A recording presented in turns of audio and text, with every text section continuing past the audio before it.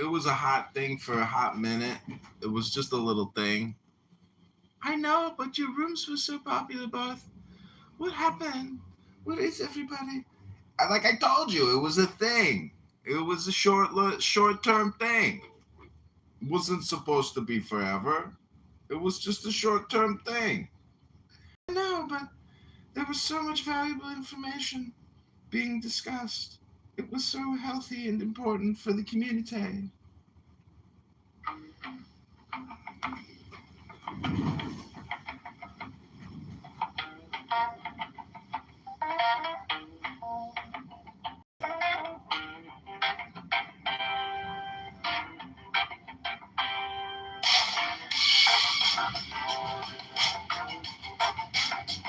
With your eyes on my car, rolling on the table, and the candles lean. Rock up, I cry, hot like a city jump, beating on the drum.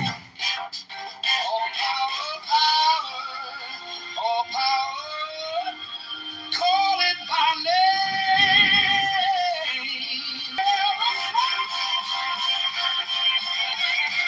All power, take my hand. What are you laughing at, Abby? Chernobyl IRD 3645208 escapee. Welcome. Yes. Is there Islam in the Bible? Or is the Bible in Islam? Which one is it? Megatron salutes you on your question, Megatron.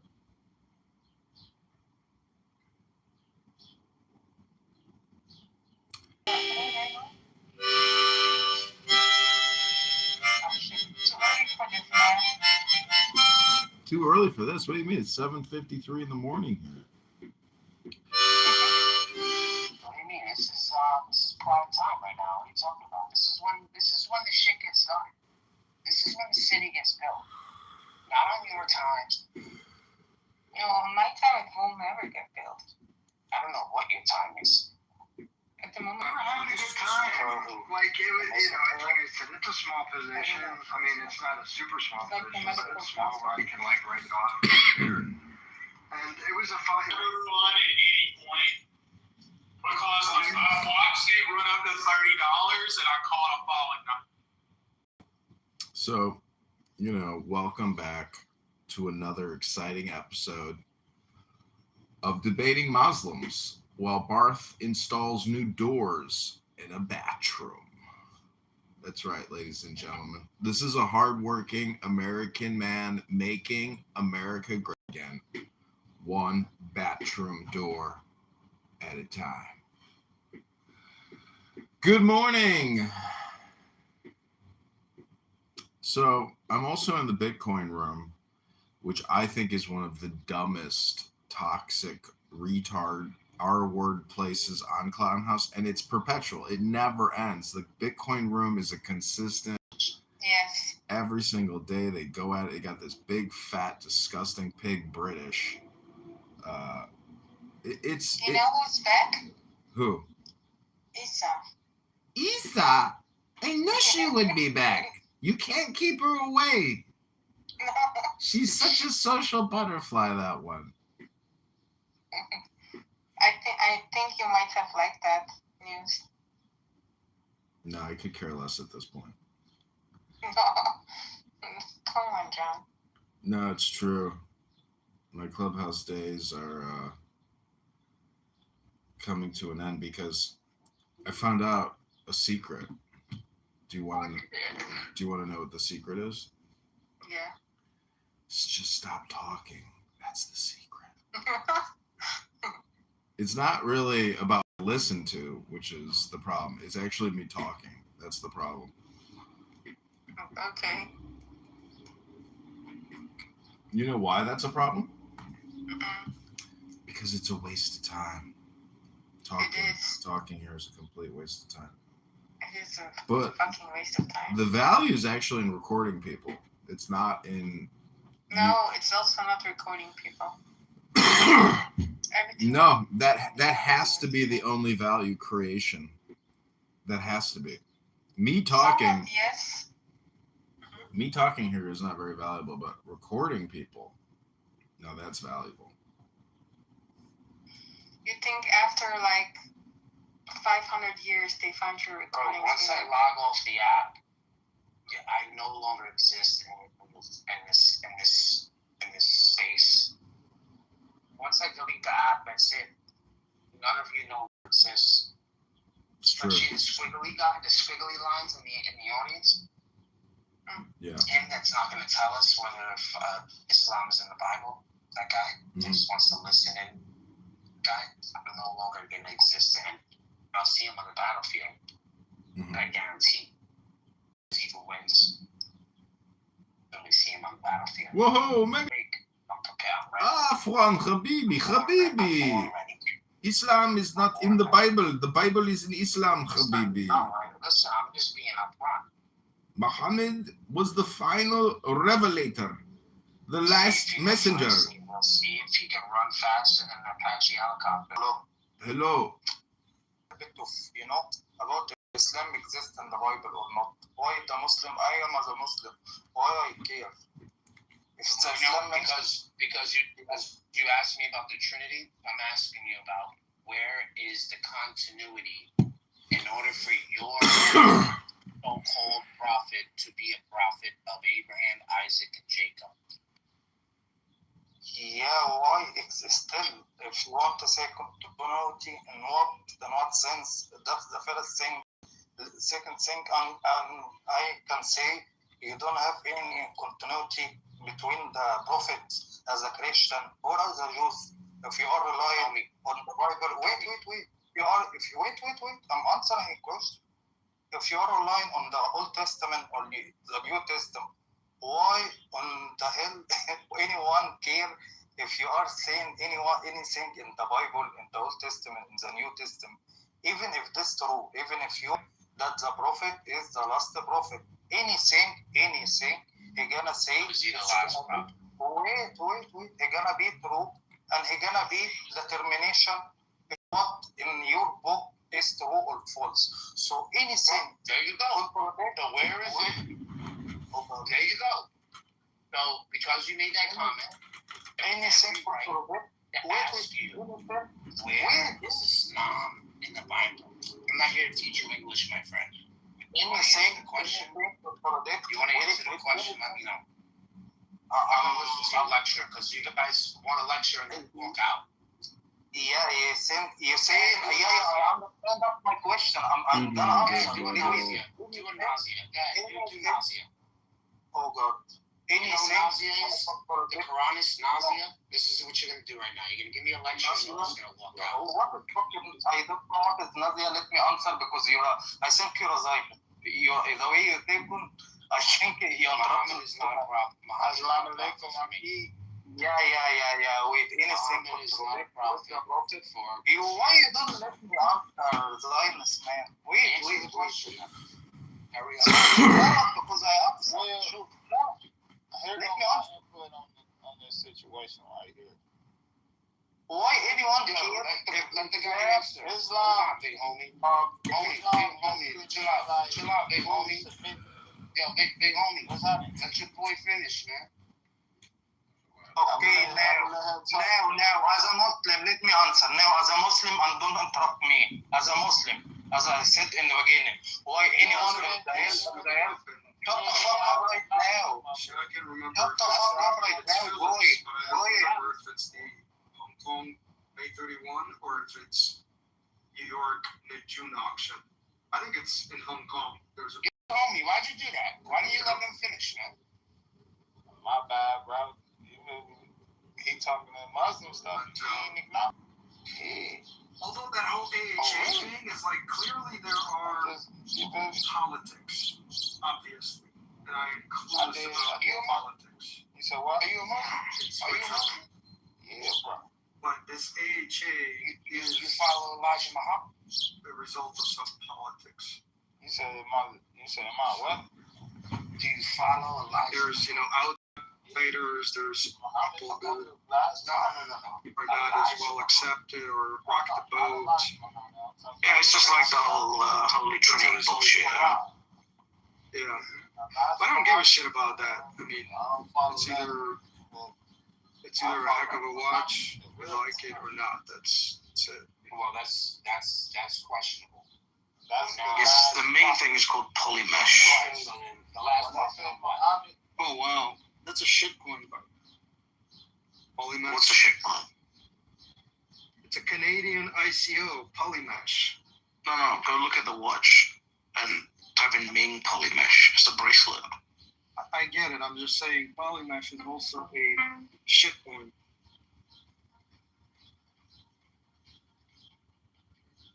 This is sick. 5704. Check the 5704 out. Looks beautiful.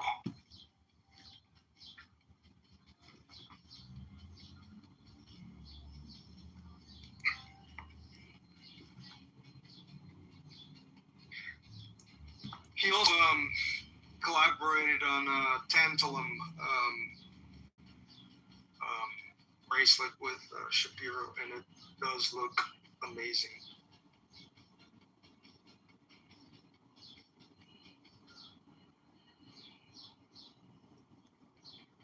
Oh, dude, this kind of bracelet is a small independent Verlaine Mari or something like that. Look up their Verlaine Mari disco, and you'll see that each one comes with 3 bracelets, and one of them is just like this. And this bracelet is awesome for younger collectors. For the Verlaine Mari, because of how it cures. It's not a buckle. It's just metal clip. So as the wrist changes, it's very easy to size it at any moment. My son has one of those bracelets. It's very easy for him to deal with.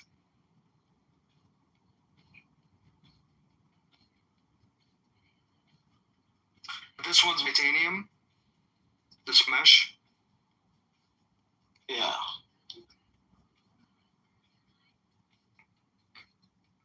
Yeah, I gotta study it a little bit more out of curiosity. It does look.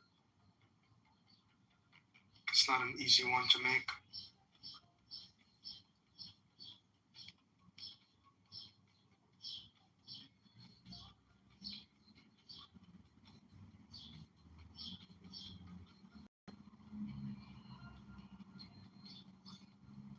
You talking about Ming Polymesh 20mm curved regular, or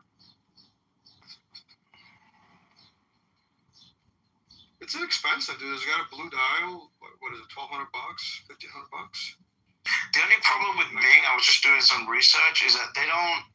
A lot of it is outsourced. So. Oh, it's not in-house. truly. Yeah.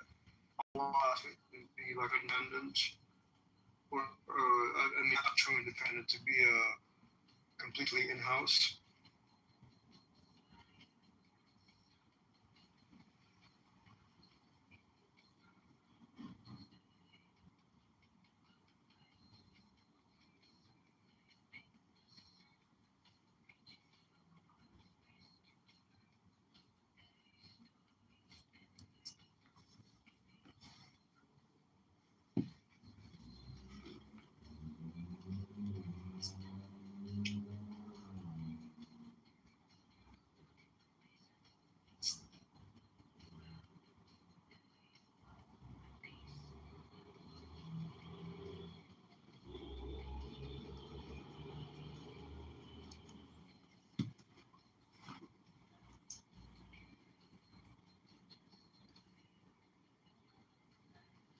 He does make the bracelet itself.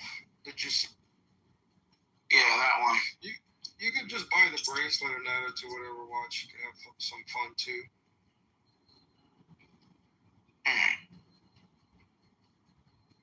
But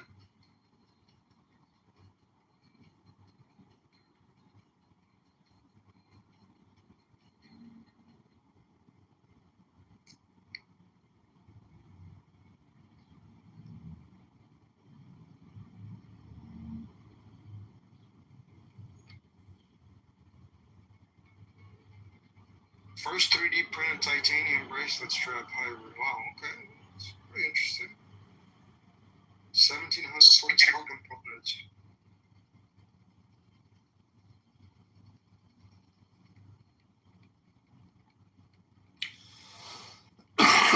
Sintering.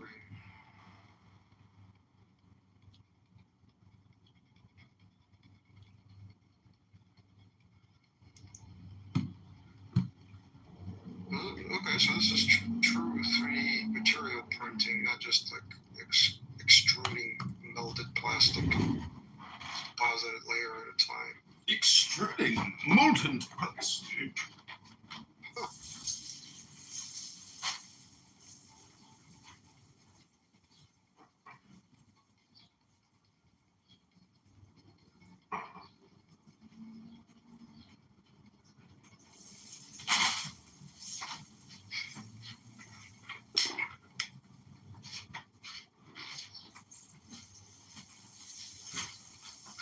But see, a lot of these not a lot, but like Ming, he innovates with modern tech and all that stuff. And besides cool watches, the tech is all handmade. There's no 3D printing yet, but they'll get in due time.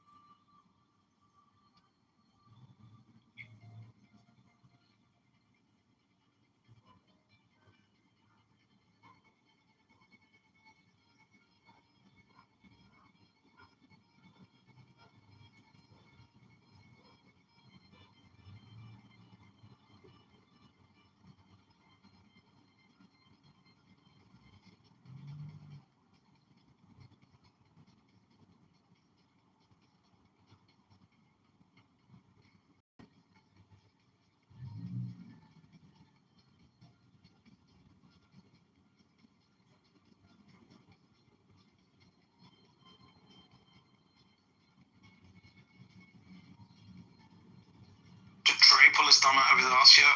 Or no? Ain't got a watch.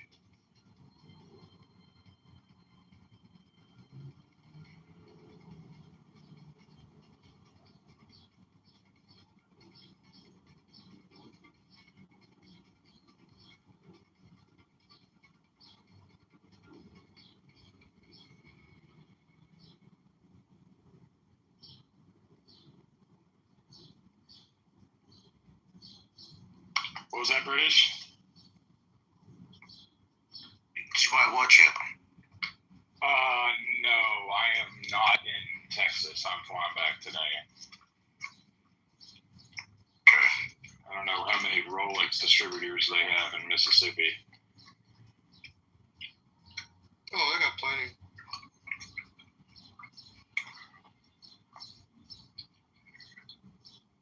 Should probably look into some at the airport.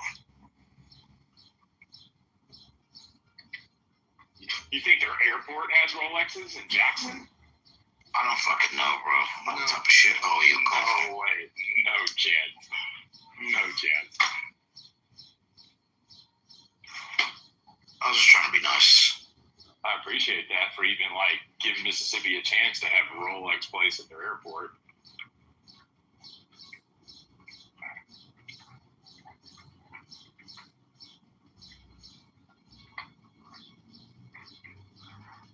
Mississippi may have more money in the UK, but that doesn't mean both places still aren't poor.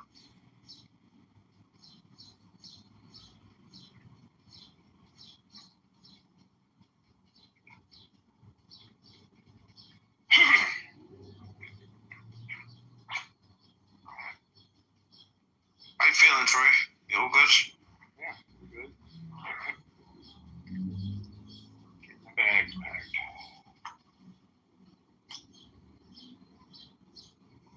Sure, yeah.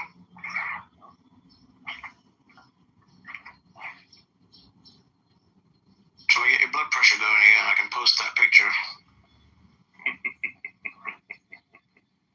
Funny guy. Funny guy, British.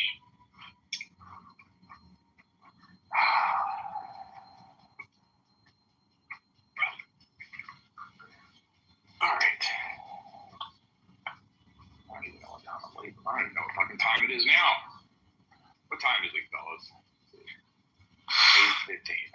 8:14, 8:13 and a half to be precise. It's 5:13 p.m.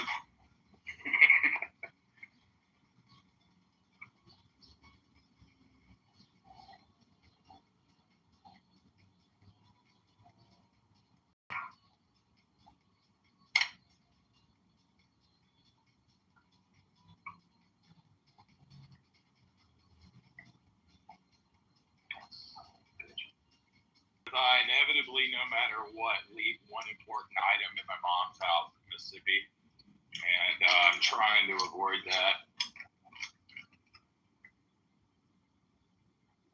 By the way, Mississippi is the only place where it can be 70 degrees inside, and they're like for like 48 straight hours. Yeah. And it's not even that hot. It's just so goddamn humid.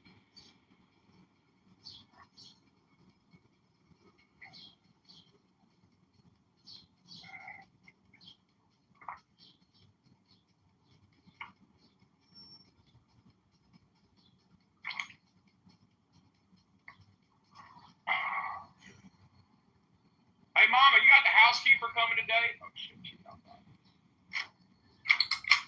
Housekeeper coming today?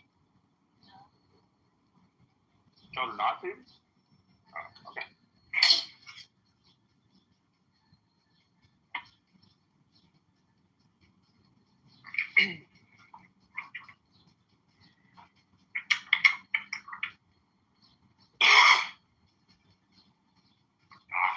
Hey, Mama. Hi, Trey's mama. I'll let you say hey to Mama in a second, guys. Hold on, let me just finish bagging.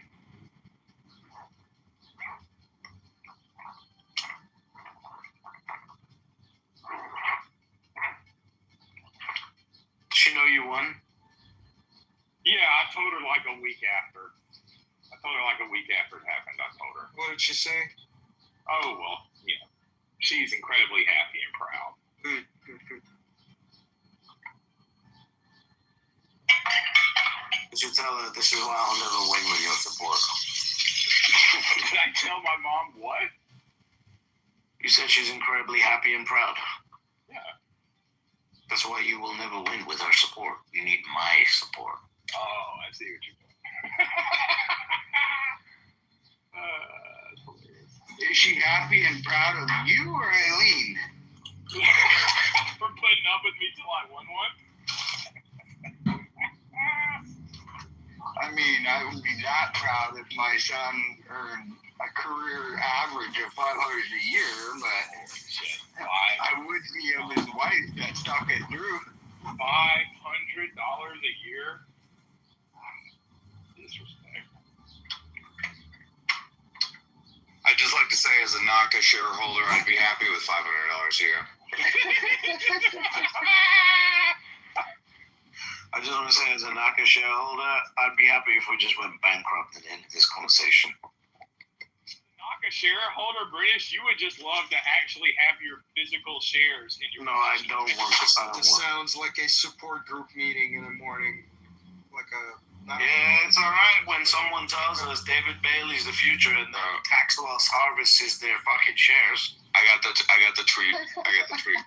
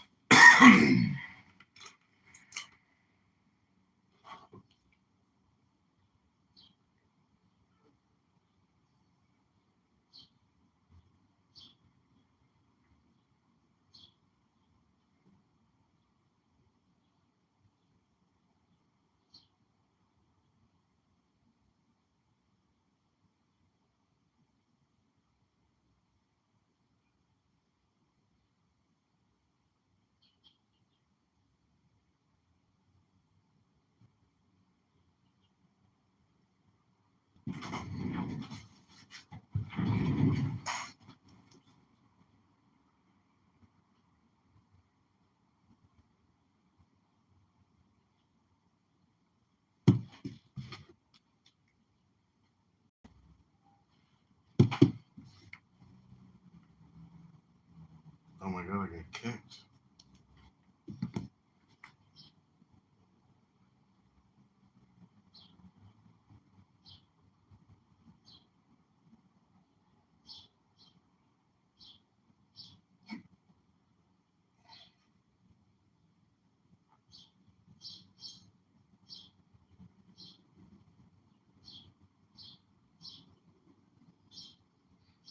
As far as like sentiment, technical sentiment indicators, you have price versus 50-day, 5-day, RSIs, MACDs, short interest, short sale They volumes, kicked me. borrow fees. They kicked me. We got a victory. See if it matches. Fuck to the British. Fuck to the fucking fat pig British. Logical open interest. Those are all sentiments, technical. It is all technical sentiment. Price relative to moving average, bearish. RSIs, weak, neutral. Not manipulation yet. We're going to 250. We would have known all of this by just looking at Twitter. No, he thinks Twitter is bullish, man. Listen, man. Naka's worth 6,000, 7,000 a share. Okay. Wait, I said a share. I meant for the whole company.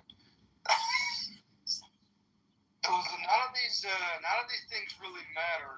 The biggest turnout for investors is this thing, the authorized number of shares that was at 29 billion shares authorized, which did get cut by 40 because of the reverse split. But the investors have this shit hanging over this stock. Like you don't know when they spring into selling it and diluting you. And it's going to go down because of that. If you got rid of that, this shit would pump. You should have told us that before you tax loss harvested. I did that in October, and I told you when I did it. What do you mean? I'm about to tax loss harvest. I just gotta get the shares.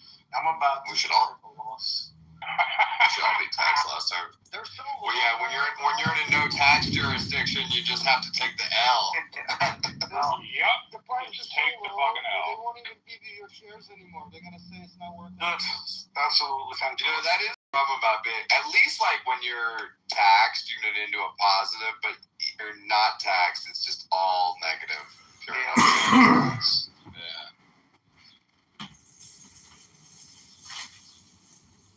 Hunt them down for my shares. You know what I mean? They're so Well, incompetent. that's because you and I didn't fill in the paperwork. You That's why. really don't have to. Just ask your brokerage account. Like you have a transfer shares from another institution option on Schwab. Yeah. Go in there, type in V stock, and fill it out, and they'll do it. It's Okay, maybe I'll just do that. It's really easy. You just They'll be like, hey man, we got a request for $9 worth of stock. You have it says you have 67,000 shares. It's worth a collective $9. I'll be like, yeah, that was me. Yep. Thank you. Send that over, please. Thank you. I'm looking at tax loss harvested.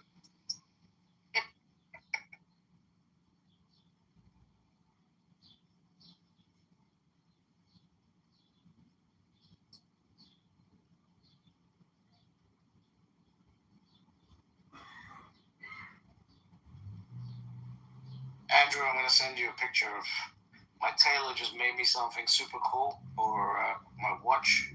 all right. Let's see it. Look at the cuff on this shirt.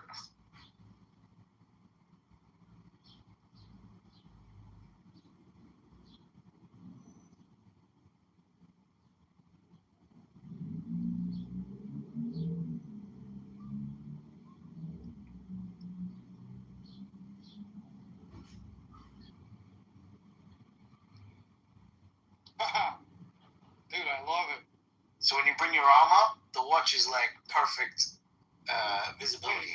Where did you see this? I like this. Yeah, it's cool. I didn't even know this was a thing. It's not really a thing. Wait, so I'll you've just never seen this before? You didn't copy it from He somewhere? he was like, he showed me an idea when I was over there. I think it was on an Instagram video or something like that, or a YouTube video or something. Yeah. And I was like, let's try it. Fuck it.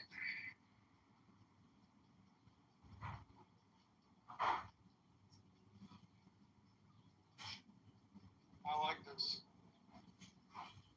Yeah, so you put your arms by your side, or you bring it up, and your watch is in like perfect position where the opening is, so you don't need to roll back the cuff. Yeah.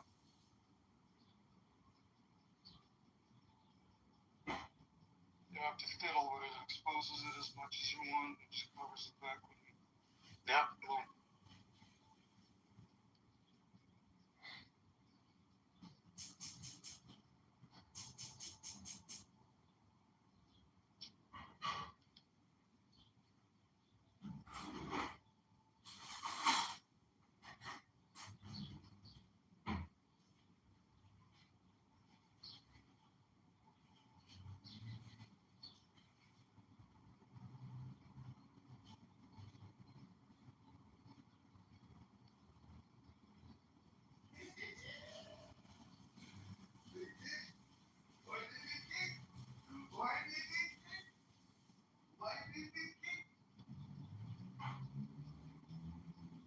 I need to figure out today if my new gun is pulling left because the sights are off, or if it's just so fucking tiny that I'm shooting it wrong. I can't tell. That's my mission for today.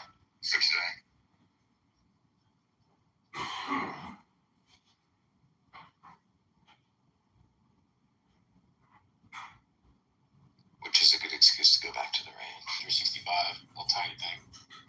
I like the P365 too.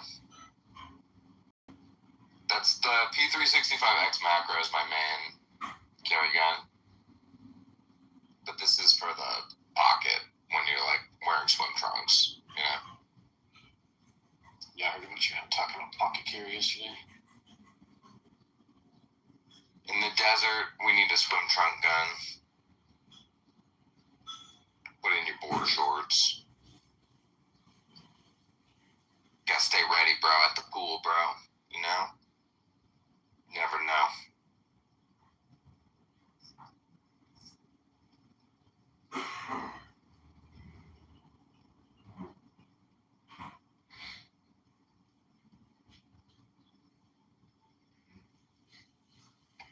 I like the Glock 43X too. I've been carrying that one as well.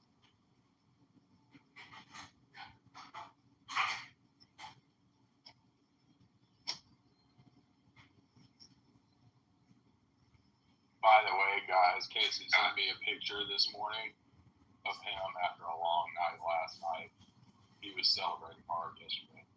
What was he celebrating? Pizza deal. What's that?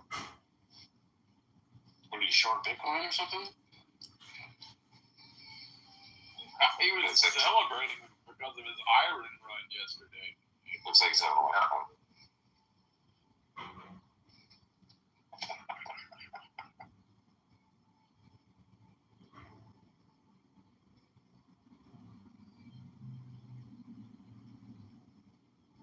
Yeah, Casey was doing blow at 3 in the morning yesterday. Jesus.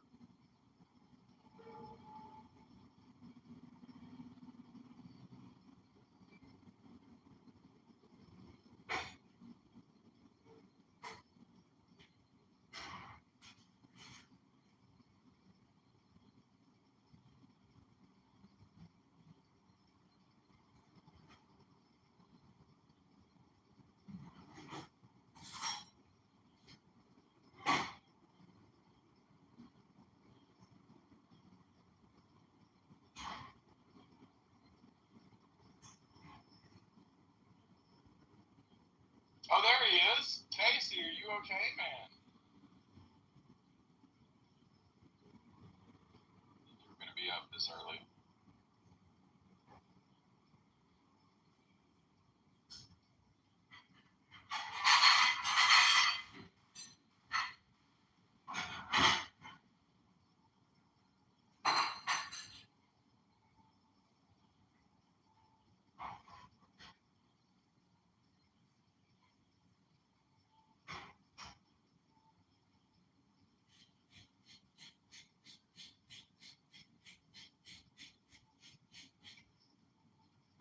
The year is 2031. The Bitcoin price, 179K. Wait, what year? Have you killed yourself yet?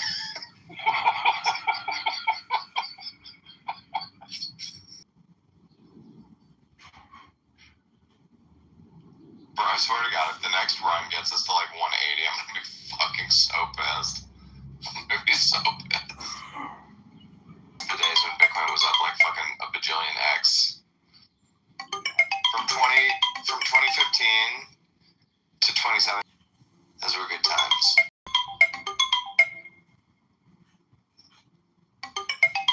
You know what's funny with the benefit of like experience here is I've seen so many people sell Bitcoin, like buy Bitcoin at 1,000, sell it at 5,000, and walk away thinking this is. And what's funny is those same people today will look at me at 73,000 and be like, "You poor son of a bitch." You know, it's like, dude, you sold at 5, dude. It's 73. And they're like, you poor son of a... I remember that pain. I remember what it was like.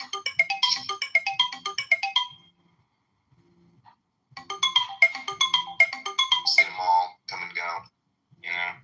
Been here a long time.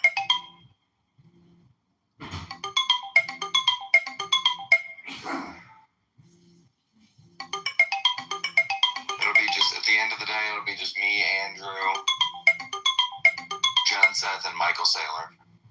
You know? I mean, like, I remember these guys. There used to be a poker guy. His name was Trey. He's some sort of a professional poker player. People would be like, was he any good? Not really. No, but I remember him. I remember him well. He capitulated at 79,000. That's right. He got sick of this shit at like 200K and he bounced. You know? I don't blame him. Why do you keep holding, Uncle Huddle? Well, children, I'm retarded. And obstinate. As fuck. I'm oppositionally defiant. You know? People tell me not to huddle, and I'm like, I think I'm gonna fuck you. I'm saying it was That's what I'm driven by. Degree of 26. no, I was already. What is it called, Huddle? Oppositional defiance syndrome or something? Oppositional defiant disorder. Yes. I like ODD. that.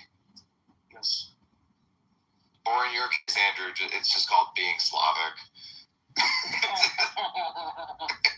I'm born with it. Yeah, it's not a disorder, it's just the way Eastern Europe operates. It's in my genes. For the Irish, too.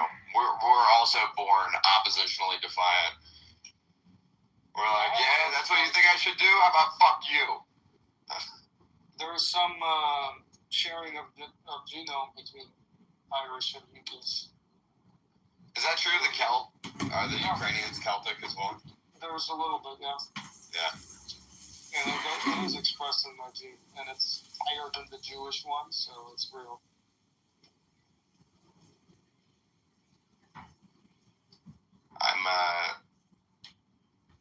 I'm very much just split between Celtic and Germanic, right down the middle.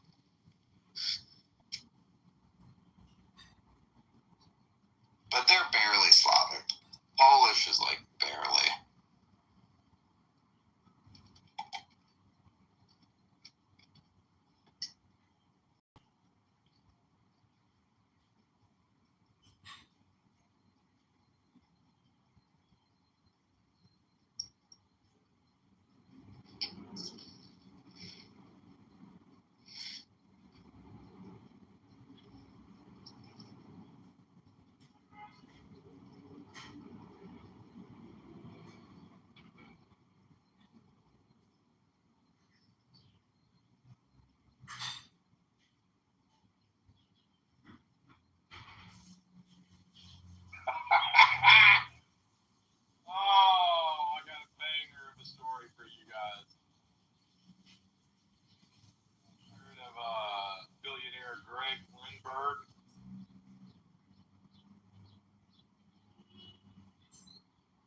Ex-billionaire who sought to have 50 children with Aryan women sentenced to 12 years in prison. Greg Lindbergh, 55, a North Carolina billionaire, spent roughly $30 million on private jets, $21 million in connection with various women, and another $12 million on yacht expenses. Lindbergh siphoned over $2 billion in insurance fraud schemes that stole money meant for retirees and policyholders. Lindbergh would conceal the fraud with sham loans, circulation transactions, and false finances. While federal employees were investigating Lindbergh, Bloomberg News found that he was running a baby project to father as many as 50 children through a network of surrogacy and egg donation centers. Bloomberg found that Lindbergh specifically persuaded women with blonde hair and blue eyes that former associates described as Aryan. 25 women have been tied to the operation, with some accusing Lindbergh of lying to them, saying the eggs would be donated to an anonymous couple, but instead Lindbergh used them for himself. Bloomberg also found that Lindbergh, a father of 12, spent a lot of money recruiting women through yacht parties, luxury events, and matchmaking services.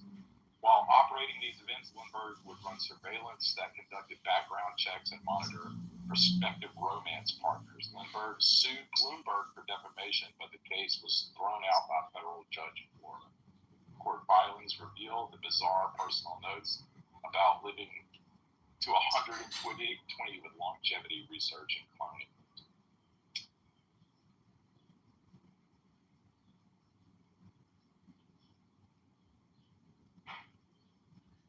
Okay.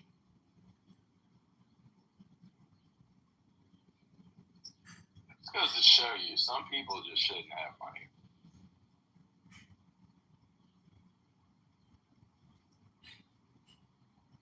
Or be alive. Sure.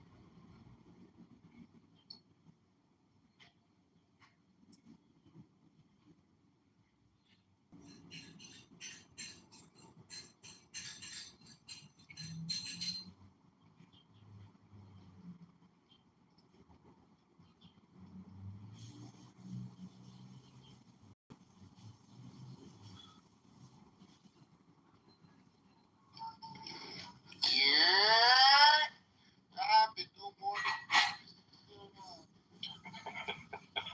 than Hitler speech was comedy. Coffee and Hitler, that's what I need.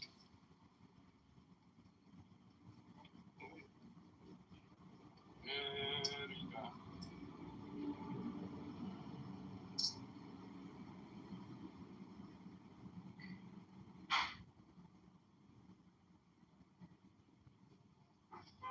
Dave, why'd you kick Zach, son? Explain yourself, bro. I haven't seen Zach since Dave kicked him either. Dave, why'd you kick Zach, bro? Why'd you do it?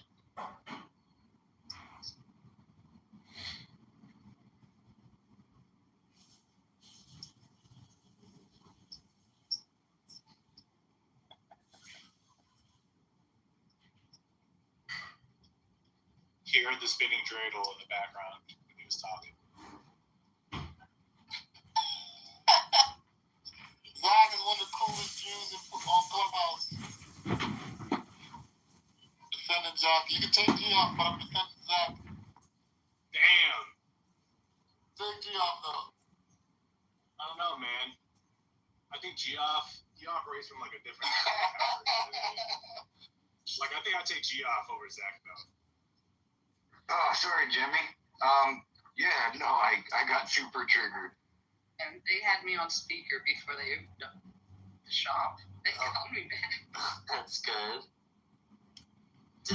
We got Ethan in the house. They said we called our We got moms to Ethan ask in if the they had sent a house. pizza here. And the people at the store said no. The lady that ordered the pizza said that you would probably say that's that crazy lady from Florida. They were laughing. They're like, we had your number. So we were going to just, they called me back. That was funny. Okay, that's good.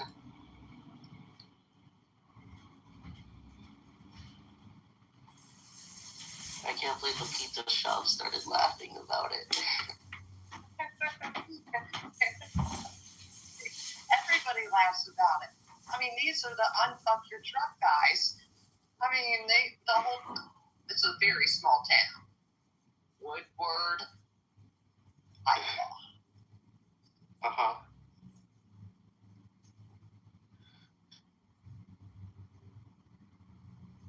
But yeah, Francie, I love the story that a lot of people don't know about West Virginia and the coal mines, the limestone mines, and all the mining that goes on in that state, and with the pepperoni rolls. How those women back in the day could figure out what to make to get their guys in, and it would still be good by lunchtime. It's amazing. That's ever get the stories. So, I'm gonna put something in the chat. If you guys get a chance to look at it today, it probably will piss you off really bad because it's called The Book of the Dead. It's in the 1930s mine, and it when it's ground down or messed with, it creates silica dust, and when you breathe, you're breathing in like stuff with little pieces of glass in it, and it like they're just fine dust particles, and dust particles are rough, so people make it seem like glass, but it's not glass. I think that's what Christina was trying to say earlier. Okay, I got it. I didn't know, but this book, it lists every person who died in it. These two women in the 1930s. It's the only book. And they did reach a settlement, but the thing that is horrible about this is they did this intentionally, but they mostly brought in black men, knowing what was going to happen, and some Chinese men, because a lot of the people from China would come to mine here because it was conducive to the mining they were doing there. So, but very few white people. But some of these men didn't make it 6 months. I mean, it was just you were bleeding. But these people, they put them in these little shacks that had dirt floors, and the roofs leaked, and it was the most horrible conditions in the whole world. So I put it in the chat if you want to save it and look at it. It's very infuriating, but the thing is my question is, do we learn from our mistakes? I think a lot we have. I don't know what you, Beth, think of it. I think we do, and there's a lot of dangerous jobs, like oil rigging, I guess, is that's really dangerous, right? Mining. That's definitely a dangerous job too. I agree, it's dangerous. Just the fact that they use minorities, though, it just I can't talk about it anymore. It just makes me really angry. That's where AI robots can be of use, right? We don't want it in society, let them mind. So if you shop at Walmart, Chinese slaves make the Walmart product. Yeah, you're right about that. Oh my goodness. One thing about mining, though, was that the Chinese that they did hire, they were a smaller, like if you've ever went to a mine, right, and look at the holes that you had to get through. Now they have little train thingies that can go through them. But back when my grandpa was working in the limestone mines, and my best friend Megan, her dad was too, they had to crawl. There was no other way. And you had to be crawl. And it's cold. It's like 45 degrees or something. It's freezing. Anybody have any See You Next Tuesday stories for our See You Next Tuesday room? I don't know what that is. You want to explain it? I want to call out asshole behavior. Anybody got any asshole behavior they need called out? Always. No. But I love the way you. Are you in America? Last time. Whoa, guys. It's carnage. It was carnage. This hanky baby. asshole behavior is making people. It was carnage. Is something wrong with the greatest country on earth, Apaya? That wasn't a This bio. is not the greatest country on earth. I'm sorry. I'm American, and even I know. Traitor? It was carnage. Is that Hank? So, what is the greatest country on earth if it's not America? That's my favorite question to ask people who say America isn't. Oh yeah, P agrees. And crickets, because they don't have one that's better to give us an example. Perfect. Australia is the greatest. With all of its flaws and imperfections, it is the greatest country on earth. Come on, man. America is. Maybe it's Australia's a penal colony. What are you talking about? size. I mean, if you're an emu, it's a great country. Saying the word penal is really fun. Australia, I heard that in the 80s, there's test Colony. Why do Australians hate didgeridoos? That's my question. Why do they hate what? I don't hate didgeridoos. I mean, are you speaking to an Aboriginal or someone racist against Aboriginals? That's the joke, right? So it's like they don't hate the Aboriginals, they just hate the didgeridoos that they play. So that's why they did what they did. That's kind of thing. Gotcha. So maybe New Zealand is one of the best countries because it's farther away from Australia than what looks on the map. So, yeah. It's just hard to be mad at a country where the majority of animals hop. And That's a good point. Yeah, and they all have those pockets. Even Australian people, have pouches to keep their stuff in. Yeah, I was going to say they even hop. The humans. Yeah. Anytime you're walking around and you're like, I need someone to hold something, your husband can be like, yeah, here, put it in my pouch. These goddamn hoppers. I know. And then they just run away when you clap. It's not threatening. What do you guys think about saying Russia is one of the best countries? I want to see the reaction. Why don't you go move there, Nor? Go move to Russia, then come back and perform us. Yeah, sure. If I make it out of the KGB, sure. Thanks, guys. Oh my God, that's Maybe most beautiful women. They got that going for them. I will say that I guess, well, they have a close-knit community when it comes to the women in Russia, so different than other places. How do we feel about Croatia?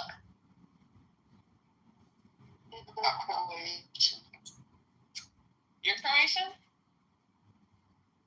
Yes. Me too. No way. I am also Croatian. No way. Shut up. You're joking. Unless you're Mr. Giant. My family's from Dubrovnik. Oh, really? Mine too. I don't believe you. Me? 3 Croats coach in one room, the odds are not making sense right now. I love DC Budala. What about like Luxembourg?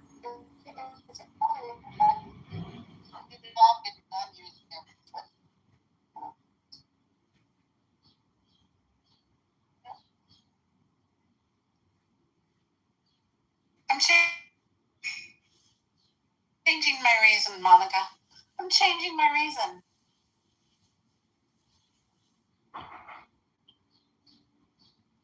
I want to celebrate. There's so much Croatian. That never happens. We're taking over. We're taking over. Yay! Now we just need Monica's changing our ringer too. Wait, no. We just need Weird Al Yankovic in here. Is he Croatian? Yeah. He is Croatian. Oh, for the love of God, please.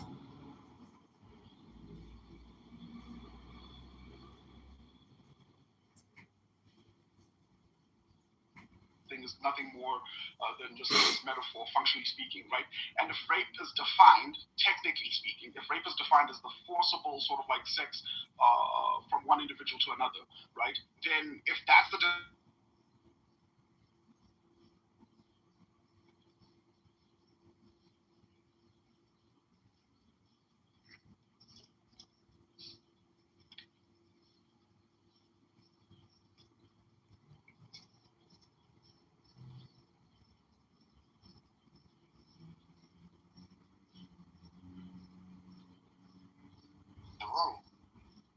right? There's a cup sitting there waiting for him. He doesn't drink it. Because isn't that what he said? I won't drink again until I'm with you guys in the kingdom. Is that what you're talking about?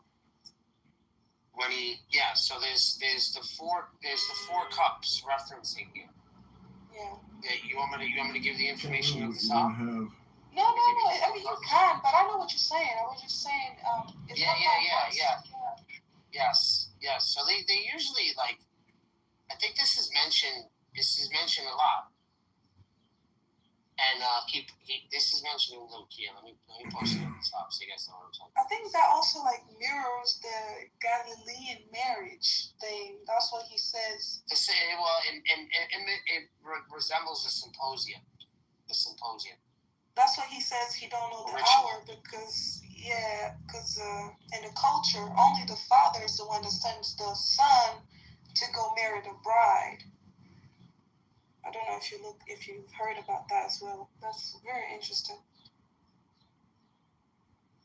So this is a Passover ritual, and this is in Exodus 6:4, right? And he says, the first cup is I will bring you out, I will deliver you, I will redeem you, and the last cup is I will take you as my people.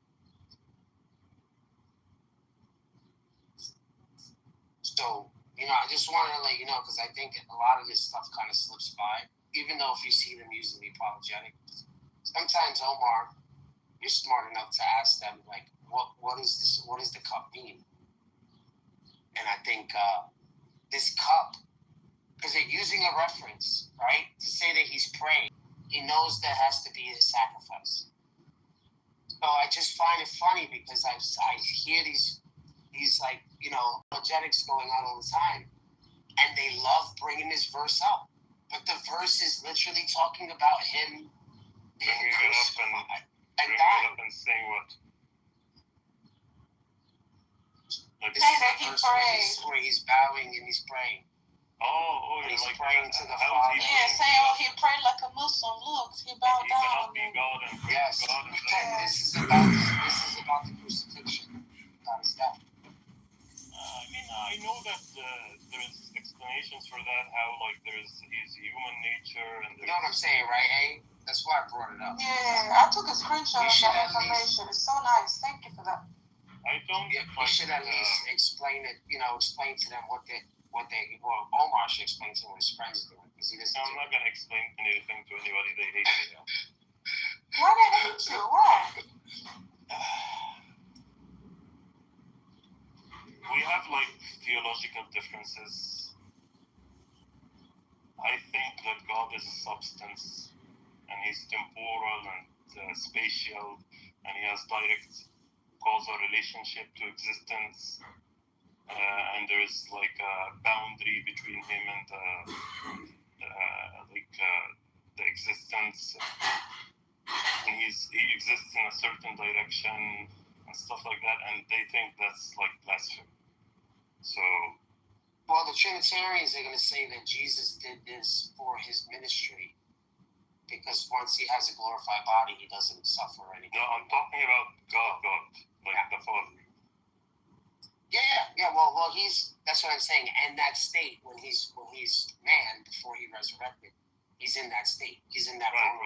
But temporal state. Yeah. For Muslims, there is only like single. Let's call him the Father for convenience sake. I think even if I was a Christian, I would still believe that the Father is temporal and like spatial and like, because I don't believe in the existence of non-temporal and non-spatial concrete objects. That to me, that would be like saying that God is like the number 3, or like that's nothing. Like that's just something in your head. So that's the current difference between me and them right now. Funny thing is that what I'm saying is the entailment of what they're saying, but my sect is like highly substantialist. I'm not going to say physicalist, but I'm going to say substantialists in the modern sense.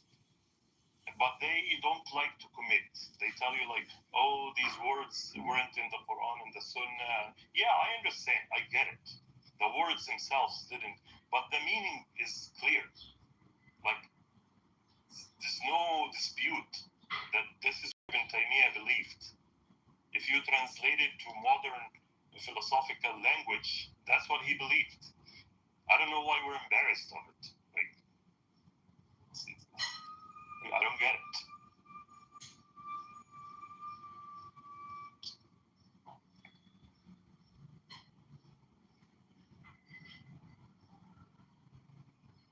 Anyway, I've always been a contrarian, so I'm used to it. It's fine.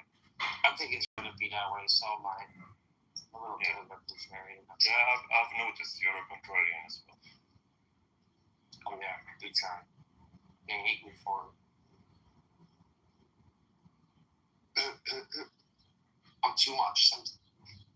Yeah, I remember when I opened the room to declare my return to Islam, and I said like, look, I'm not signing any contracts with anybody. I don't want any assumptions. Like, you people gotta calm down. The Salafis were very happy, although I didn't say that I was a Salafi for different reasons, but I was basically mainly agreeing with them. They were happy because a lot of high-profile atheists who came back during the periods were Ash'aris. Ash'aris are sort of like Neo-Platonian, speculative philosophers type thing. So they were happy that high-profile atheists came back to their sect. I'm like, people, like, be careful. I'm not, like, you might not agree with what I'll say later.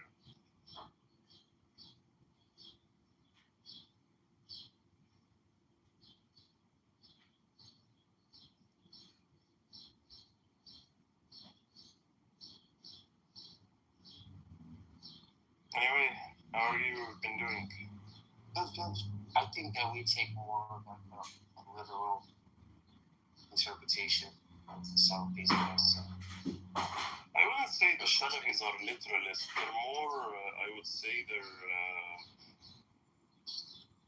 they take the apparent meaning of the word. So, for instance, if you're saying like, I saw a lion on the podium, they wouldn't say that there was a lion, the animal, on the podium. They would say there was like a speaker who was like on fire, like a lion. But they do reject like being too much of like doing.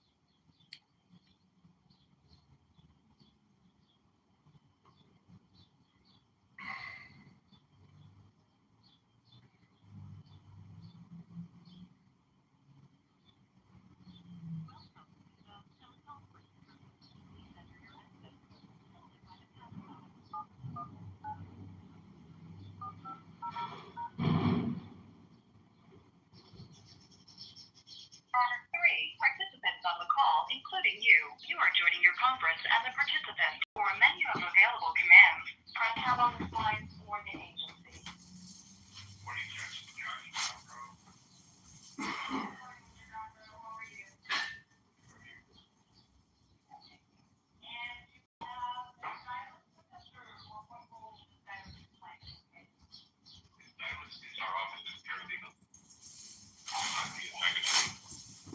Gotcha. Thank you so much. All right, well, we are here for an initial conference. Let me start by just explaining the initial conference is not a hearing. It's not evidentiary. We're not going to be deciding anything on the merits of the case today. It's simply my opportunity to bring the parties together so that I can explain my process and the process and hearings moving forward. We don't set a hearing date today or a pre-hearing date today. We do those things down the road after we fulfill some other steps first. And if there are claims that survive those other steps, then we will have another conference like the one we're having today, where we will set a date for a hearing and a pre-hearing conference. And I will set deadlines for the things you need to provide to me before those conferences. But for today, we're going to talk about best modes of contact with me, some email protocol. We'll discuss some preliminary questions that I have that I want to go through with each party. We'll talk about a process called discovery. If we need to get to that point, that is a process by which the parties can fill any evidentiary or information gaps that might exist in the report of investigation as it exists today. It's a process that occurs between the parties and that don't involve me. But I'll talk more about that specifically and define some terms that are used in discovery and if we decide that that process will be necessary. We can also talk about any preliminary motions that the parties think need to be filed in this case before we would get to a hearing or a pre-hearing conference stage. I will want to talk to the parties about settlement before we get off the phone to see where you all are. If you've begun negotiation, if you're interested in negotiating, which is where you are in that. I want to remind the parties that hearings are closed, confidential proceedings. They're not open to the public. And even though it's a dispute that's brought you before me today, we need to maintain civility and respect for one another in all matters moving forward. Being prompt and on time, we all were reasonably within that 10 o'clock start time, so that's good. If we set any deadlines today, I want you to be mindful of what's on your calendar already. I don't want to set deadlines that conflict with things you know already are on your calendar that would prevent you from making that deadline. However, after we set the deadline, if something intervenes in a way that rises to the level of good cause for extending a deadline, you can make a request to me. Before you make that request to extend a deadline, please reach out to the other party, find out what their position is. Do they want to join you in the request? Do they object to the request? Do they agree with the request but they don't want to join you? That sort of information needs to be in your request, as well as a clear indication of what deadline you're asking me to extend and in what way you want it extended. If you're asking me to postpone a conference, which is this one that we're having today, you need to also additionally, when you confer with the other party, make sure you're talking about what date would work for you alternatively. If I agree that you have good cause for what you're asking me to do, and good cause, let me just explain, for either an extension or a postponement would require you to show something more than just kind of general routine busyness. It's something unexpected, maybe an emergency of some nature, an illness, an injury, medical procedure, unexpected work assignment that's taking you out of state or out of the country, or something of that nature. It's not, like I said, just a routine thing. So you would need to make sure you state that reason in your request so that I can determine whether good cause exists for what you're asking me to do. If you best way to do that is by email. I can't have one-sided communications with parties. So calling me, unless you're both on the call, would not be something that I could engage in. Also, the other problem with calling me is often I'm in conferences like this one, or I'm in a hearing, and I can't answer the phone. So it's going to go to voicemail. You're going to leave me a message that's going to get transcribed to email, and then I'm going to be responding to the email anyway. So I just find it more efficient that parties will reach out to me via email first. When you do email, please make sure that you're including the case name, meaning the party name, as well as the EEOC number. I need both of those things to be able to be clear on emailing me and why they're emailing me. I can't have, again, one-sided communication, so it is very important that you both are included in any emails to me. Also, make sure, since we are using email as that primary mode of communication, that you're checking your junk folders, your spam folders. In the subject line with the case names and the case number, if you could include a word or two about why it is you're reaching out to me, that would be helpful as well. When you upload something into the official case file in the or complainant, that would be to the portal or the agency to FedSep, make sure that you're then attaching that something to an email and send it to me. 2 reasons. One, if there's a deadline looming and you're up against that deadline, I will accept the email on the date and time that you sent it, as long as you sent it before the deadline passed, regardless of what technology errors you might encounter or glitches, whether it's technology on your side or on the portal side. You will have a little bit of a safeguard because your email, if it's received timely, will satisfy your timeliness requirement. It helps me because the system doesn't provide me with any sort of notice when things are uploaded into the folder. So that email will act as my alert and notice that there's activity in the case. I do want to confirm that we're using the best email contact. Mr. Kitover, is your best email johnkitover2025@gmail.com? Yes, Judge. Okay. And for Mr. Dunbrow, of course, we have your irs.trez.gov. Do you want Ms. Silas included on communications with you? We have a PHI.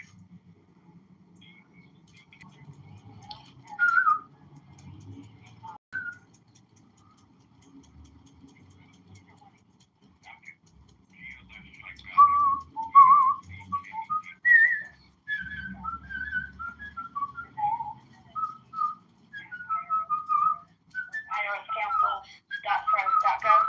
Yeah, same. Yeah. Thank you. Okay, we'll be sure to include that. But do you want Ms. Silas included as well, or no? If you include me and the docket mail, that's sufficient. That's enough. Okay. I'll make sure I put that in my order then, and it'll be there for both parties. So, Mr. Kitover, make sure when you email Mr. Jombro that you include that GLS email address as well. It'll be in my order, so you'll see it there. And of course, when I email you both my order, you'll have it there as well.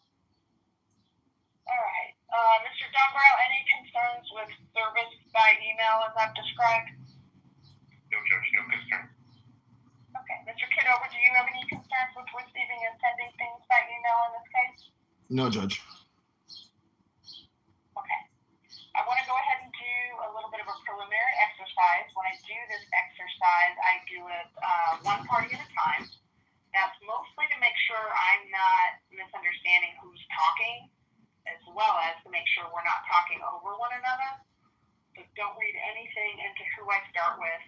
If I don't start with you, please be patient. I will circle back to you and ask you primarily the same question. So if you hear something that you think differently about, or you disagree with, or you just, maybe you agree, but you have additional information you want to provide, just wait until I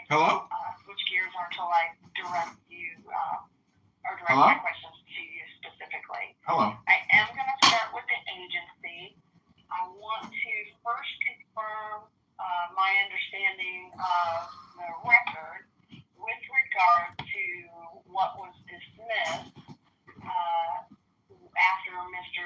Kitover went to an EO counselor. When I look at the section for claims to be investigated, which starts at PDF page 49, I do see that there are several things that were not accepted as timely claims. There were, well, let's do it this way first. There were some things that, while they were accepted, meaning B, C, and D, they involved discrete incidences that occurred prior to, I'm just reading out directly verbatim from the ROI, footnote 2 on PDF page 49. Occurred prior to February 7th, so untimely raised beyond the 45-day time frame. But it appears that these untimely discrete events are still considered part of the harassment claim. I also saw that there were some other claims, however, primarily apparently SGH aspect of why they were dismissed. My main question is that the universe of things that the agency didn't accept? Yes, Judge. Mr. Dombrow. Yes, Judge. I have 5 accepted claims for a harassment claim, not a disparate treatment claim, several that are discrete acts. I read the footnote as well, and I have those 5 as the accepted claim. And then I have several that were dismissed based on all the bases that are in the acceptance letter. Okay. So nowhere else in the record do we have any, well, there might be reference, but there's no other aspect of what he raised that were dismissed. Is that right? As far as I know, it's what's in the letter. Okay. And what's your position, Mr. Dombrow, on the completeness of this record? It's over 700 pages. Do you believe that it's complete and no discovery is necessary? Do you believe it's complete but some limited discovery might be helpful? Or do you think there are significant gaps that are going to require some discovery to fill? I would say number 2, that limited discovery on items like any documents related to damages, more than what's in the investigative file on pages 116 and 17 for the comp damages affidavit, and more documents regarding the nature of the disability, since there's a disability claim, more than what's on pages 78 and 79 of the affidavit. I would like to request permission then to get documents regarding disability. I want to know if there were any grievance filings, since in certain places in the investigative file and the administrative file, there's a reference to possible grievance filings, but I wasn't completely sure about that. I also wanted to ask about any audio recordings or statements. Those are Mr. Kitover mentioned those to me in a settlement demand, and I believe they might be in the investigative file, but I'm not sure. I wanted to know a little bit more about the prior EEO activity than what's on pages 79 and 80. And I think that's probably the main items: damages, description of the claim, and grievance filings, things like that. But I think it's the limited option that you mentioned. Okay. You raised the issue of grievances, so we don't need to belabor that. You stated your position. You're not sure if there were, but because there are some references in the ROI union activity, that's something that we probably need to figure out. And in a moment, I'm going to ask Mr. Kitover, and we'll see what he says. And if we're still uncertain, then we can talk about a plan moving forward. I didn't see any reason or anything raised in his accepted claims that made me think we needed to talk about merit system board issues. Is that accurate, Mr. Dunbrow? Yes, Judge, that is accurate. Okay. Mr. Kitover, I want to set in reverse order with you. Are you familiar with the Merit System Protection Board? Yes, Judge. Okay. You don't have an appeal pending before them on any claims involved in this case, do you? No, Judge. Okay. Let me ask you, are you aware of any grievances filed or pending concerning the accepted claims in this case? No, Judge. Okay. And let me make sure I'm understanding. Do you believe there were some, but you just don't know what the scope of your no is with regard to grievances? Is your position that you don't know if any were filed and or are pending, or is your position you know for a fact there are none? As far as I know, there's none. Okay. Okay. Let's talk about the record then in this report of investigation. Do you believe in the three, and these aren't hard, fast scenarios, there may be a fourth or a fifth scenario, but do you believe there are significant gaps in this record that need to be filled by the parties? Do you believe that the record's fairly complete, but there are a few things that you think would make it better? Or do you believe the record's complete and you don't think anything is needed to prove your claims? No, I think there's limited amounts of additional information that need to be included, particularly a sexual harassment grievance, which ultimately led to the retaliation. And that original and first sexual harassment grievance or complaint is not included in the record. Okay. And when was that sexual harassment complaint or grievance, as you call it? I believe it was in Just roughly, what year? 2020. Okay. All right. That's that's an interesting concept. It's possible that it's not in the record because it doesn't have any relevancy to the claims that were accepted. But that discovery in these administrative processes, I'm not bound by the federal rules of discovery.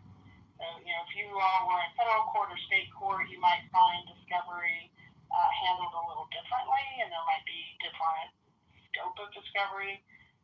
In this case, I will likely, based on what you both have said, permit some reasonable discovery. So to the extent you think that has some relevancy, and I don't know what Mr. Dombrow's position would be if you made a request for something that far back, but if you can make a good argument for why it's relevant to the claims that were accepted, discovery is a little more lenient than what you might be able to use in a hearing. So, in other words, while you sometimes can ask for things that arguably should be produced, you may find yourself with a hurdle down the road in terms of being able to use it at a hearing. So just keep that in mind. Is there anything else, Mr. Kitover? No, that's it, Judge. Claims. Are you in agreement with what Mr. Dunbrow and I discussed about the universe of you intending to seek reinstatement for any? Just previously mentioned about the sexual harassment grievance in 2020. Right. Do you have any, and we're not going to argue it, like I said, I'm not going to rule on that in this conference, but I need to determine whether I want to give you a period of time to make your argument in writing. So sometimes complainants, when they come to these conferences, they obviously don't like no one likes that their claim is dismissed, but they don't have any legal reason that they know of to challenge what the agency did. In that case, a request to reinstate would not likely be successful. If you have, though, a legal reason why you think the agency got it wrong, then I would be happy to give you an opportunity. Generally, I'll give up to 10 days for a complainant to put their argument in writing, and then the agency would have 10 days to respond, and then I would make a ruling just based on the party's position. So what I'm asking you is, do you have any legal basis to challenge the agency's dismissal? Yes, I believe I do, Judge. And what's your legal basis, just generally? Constitutional and Civil Rights Act. Can you be more specific? I'd be happy to put it in the statement, but I don't actually have my notes prepared or pulled up from previous correspondence. Okay. I'll give you the 10 days, and then Mr. Dunbrow, you have 10 days to respond to him, okay? Yes, Judge. Does that make sense, Mr. Kitover? Yes, Judge. All right. I limit that to 5 pages. It's got to be double spaced, at least 12-point font, and that's the same for any response. So you'll see that in my order. Let's go back to discovery just for a minute. Mr. Kitover, are you claiming as relief in this case? So if you're successful in meeting your burden's by preponderance of the evidence, meaning you have to tilt the scale just past 50% in establishing that the wrong that you allege actually occurred and was unlawful. And if you're successful in doing that, then you then have the burden of proof in establishing that any damages you claim were caused by the agency's unlawful actions.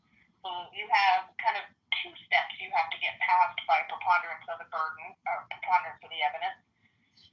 My question to you is, if you're successful on that first hurdle, right, of establishing liability, meaning unlawful conduct as alleged, are you claiming relief for any sort of, that is, distinguish what I'm talking about? So under the EEOC management directive, there is language that requires the agency to seek typically written approval before they ask for limited medical records. And the medical records can be for establishing when we have disability cases. If there's not enough evidence in the record to conclusively establish that the disability that's claimed, then the agency can seek limited discovery into that. Not your entire medical record, not for every disability that you may or may not have had, years prior or since. It's at the time that you made these allegations concern, were you disabled or was there a disability, since you're claiming as a basis disability.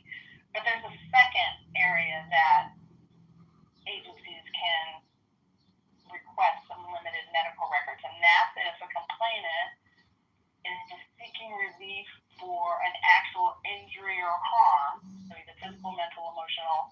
That typically is involving ongoing injury, a diagnosis from a doctor, a prognosis, treatment plan. So those sorts of things usually signal that someone is seeking relief for the type of injury that would open the door for an agency to properly seek those sorts of records. If a complainant is just claiming a general emotional distress, usually that's indicated by I think I'm entitled to relief for the anger that the discrimination caused me, the humiliation, the embarrassment, the sadness, my stomach hurt and I was unable to sleep. level of an actual ongoing harm that was diagnosed. Oh no, I am etc. fully on board now. That latter category of just negative emotions usually does not open the door for an agency to seek limited medical records. So with that explanation in mind, are you able to say one way or the other where your claim for relief might fall? Does it fall towards the side of actual injury, or does it fall towards the side of negative emotions? Hi, Judge. It involves actual injury and not emotions. Okay. Then, Mr. Dunbrow, I am going to grant your request to seek limited medical records as to the claim disability and as to the damages. Again, that's not an open carte blanche ability to seek an entire individual's medical history and records. It's got to be pretty specifically tailored to the claimed injury and the claimed disability. Of course, the complainant, if they think a discovery request is too broad or beyond the bounds of what is permitted, they can always file a motion for protective order with the caveat, and it's a caveat to both parties. If any party files a motion for protective order, you should probably be clear that it's not something you want to use if it doesn't come in at hearing. It's protected from discovery. We set some discovery limits and deadlines. Just remember, discovery is a process that happens between the parties. You don't send me your requests, you don't send me your responses. The only time you would involve me is if there was a dispute that you tried in good faith to resolve yourselves and couldn't. So just keep that in mind. All right. Let's talk about the issue and make sure we're all on the same page with the issue that's been accepted. And again, if we look in the ROI, we've got the acceptance partial dismissal section that starts on 49 that captures what the agency accepted. It's also then restated in the investigative summary, which begins on PDF 57. The actual statement of the issue is further down. Give me just a second. It is at PDF 62. And as I understand the statement of claims and issues to be investigated, it's whether the agency subjected complainant to harassment based on sex, male, disability, and in retaliation for prior protected activity when A, in March 2024, complainant supervisor S1 called complainant a, in quotes, man whore in front of a coworker, and since then, S1 regularly communicates with complainant in an insulting, degrading, and passive-aggressive manner. B, in April 2024, management informed complainant he would no longer be working in the Duluth Project and the Motor Pool Vehicle Program. C, in April 2024, S2 informed complainant he was going to investigate complainant's time and attendance. D, on dates from May 1st, 2024 to the present, complainant has been charged absent without leave, in parentheses, AWOL. And E, in March 2025, S2 stated if he sees complainant at work, he's going to punch him in the throat, in quotes. Mr. Kitover, is that the issue that you understand is to be heard and resolved through this hearings process? Yes, Judge. Okay. And Mr. Dunbrow, are you in agreement? Yes, Judge.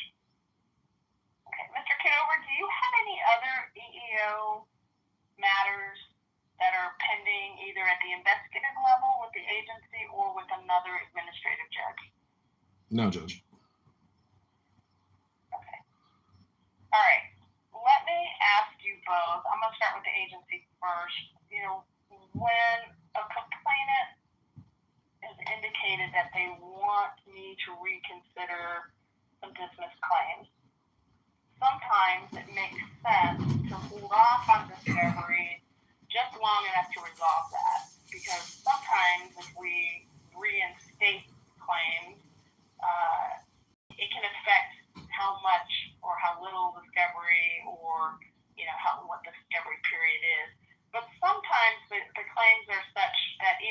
reinstate them, it doesn't impact discovery that much in terms of the limits and the duration.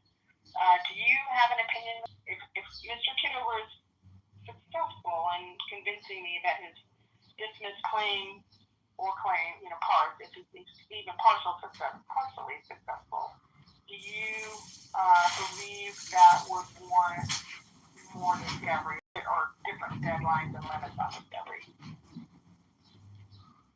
Yes, I would agree with you that it would be better to hold off on discovery until we know if there are any additional claims. Like, for example, I think G is what we were talking, is what Mr. Kitover was talking about with his other complaints or grievance. So while there are questions that we could ask each other, or that the agency could ask that aren't part of the dismissed claims, I think that there could be some additional ones that come from having any dismissed claims potentially reinstated, especially G. Okay. Mr. Kitover, do you agree with Mr. Dumbrow, or do you feel otherwise? No, I agree. I think limited discovery is fine, Judge. Right. But the question is, do you agree that we should hold off on setting deadlines and limits until we've determined what may or may not be added back into the case? I'm really either way, because they've already determined, I guess, what has been accepted by the counselor. So if this is not admitted, I mean, I'm still prepared to proceed, but I think based on the importance of it in terms of being the starting point of my claims, that we can hold off. I mean, it's fine by me. Right. Let's do this. Let's go ahead and let the request for reinstatement play out. Again, that doesn't add that much more time to it. I give you each the 10-day period. So, Mr. Kitover, again, what you'll see in my order is you'll have 10 days from the date of my order. And I believe I can get my order out today. So you'll have 10 days to make your arguments on why what you think should be reinstated. And then Mr. Dunbar will get 10 additional days to respond. It usually doesn't take me that long, depending on what's going on in my calendar, to take a look at those two positions and get you a ruling. Let's go ahead and hold off, but let's set a date certain when we'll all come back for another conference. It'll be a little shorter because we won't have as much to cover, but we'll basically know what our scope of the issue is, right? It'll either be the same as we addressed today, if you're unsuccessful. But if you're successful, there will be things added back in, and then we can make informed decisions on how much discovery is appropriate and what the length of time discovery should be. And then we can also set a date for any other motions that the parties think are appropriate. And doing that, so I want to build in at least the 20 days, the 28th. Let's see.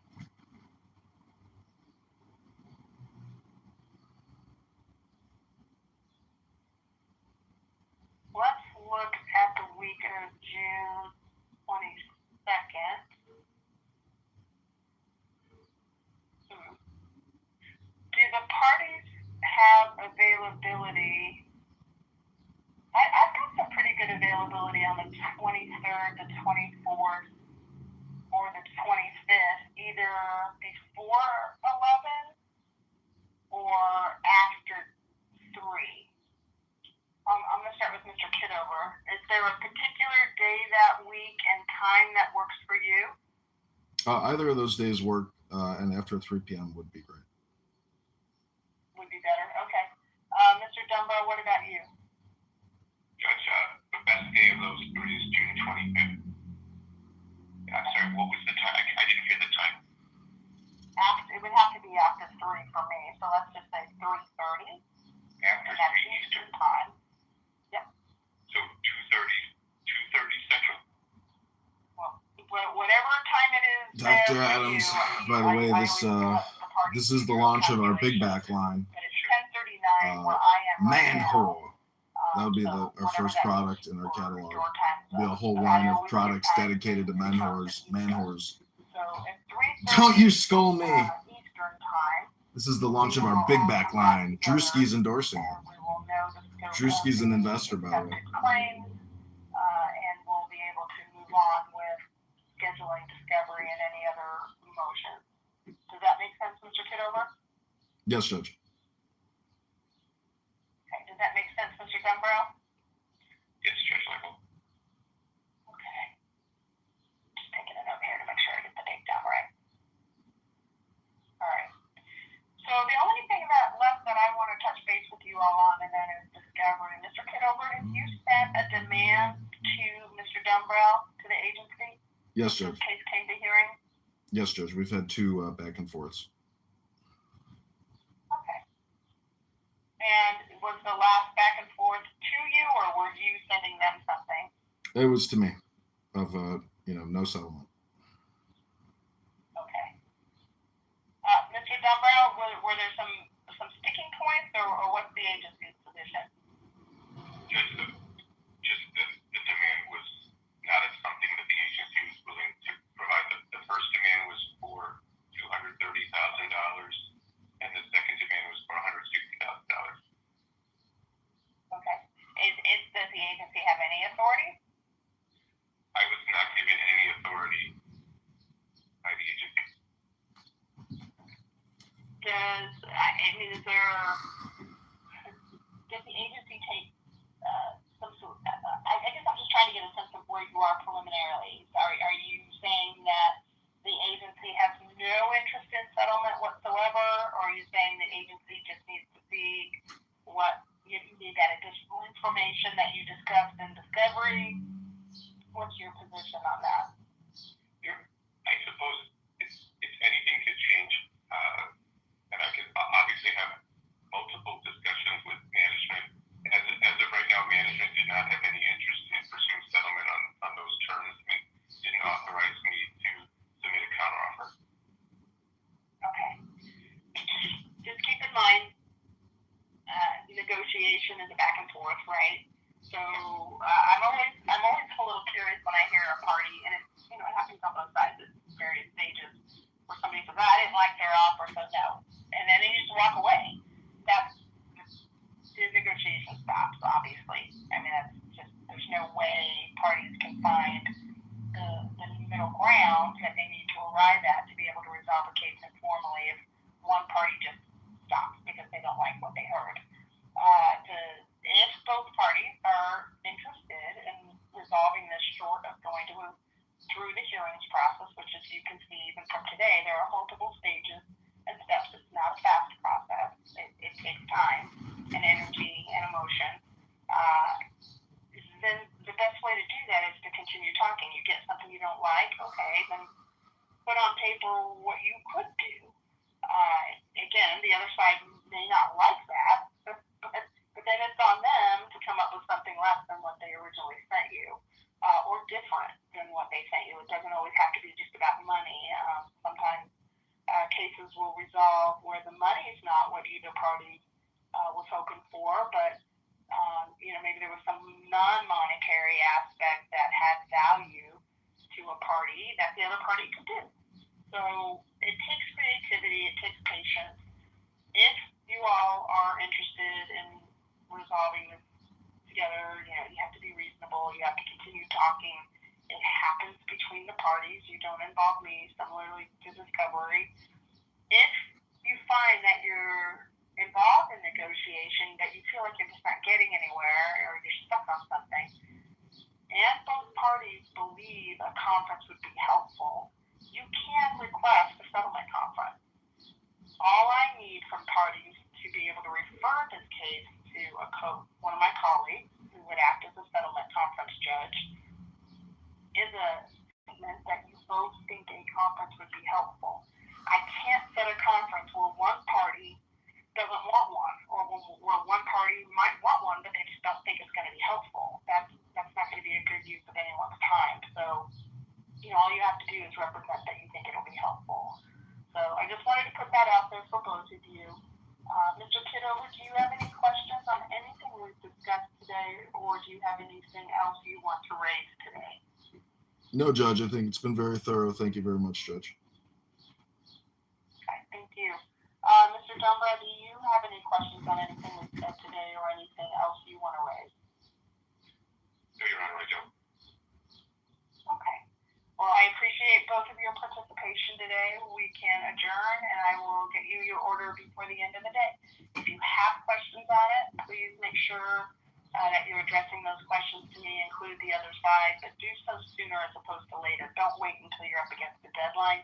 You may run into a situation where I'm not available, and then you just, again, you have to do the best you can without the benefit of my clarification. So, review it when you get it or as soon as practical, and then make sure you're asking your questions or reaching out with any inquiry you might have on anything in the order sooner as opposed to later. We're adjourned. Thank you. Thank you, Judge.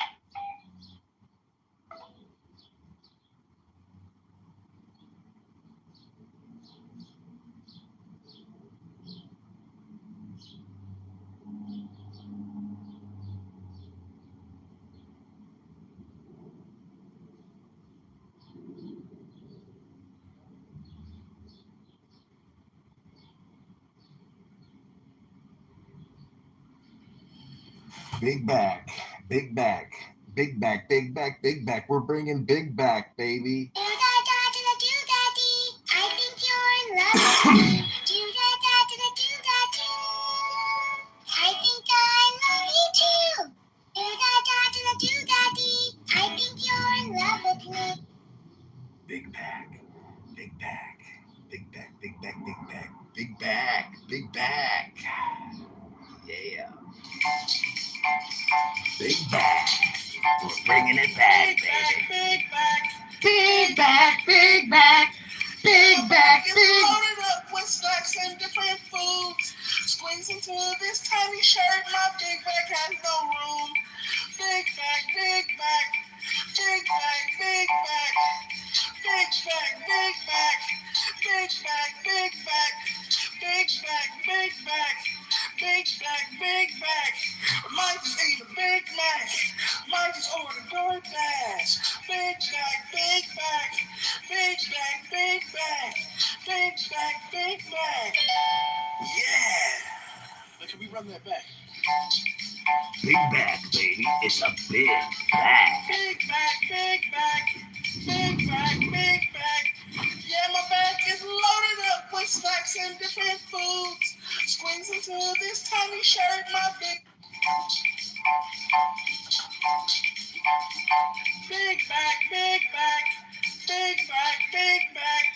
Yeah, my back is loaded up with snacks and different foods. Squeeze into this tiny shirt, my big back has no room.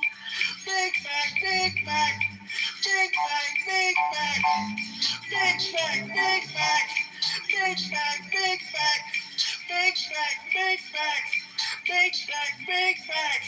Might just eat a Big Mac. Might just order DoorDash.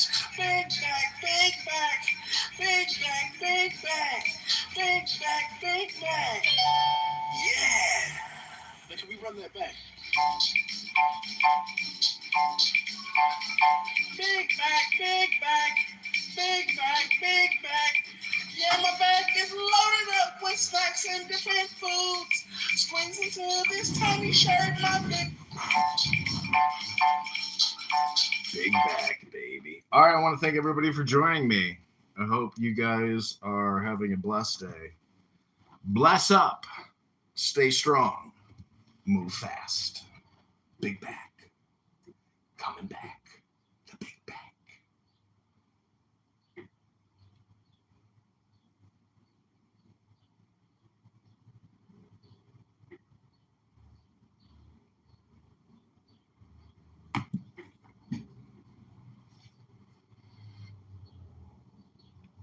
Big back.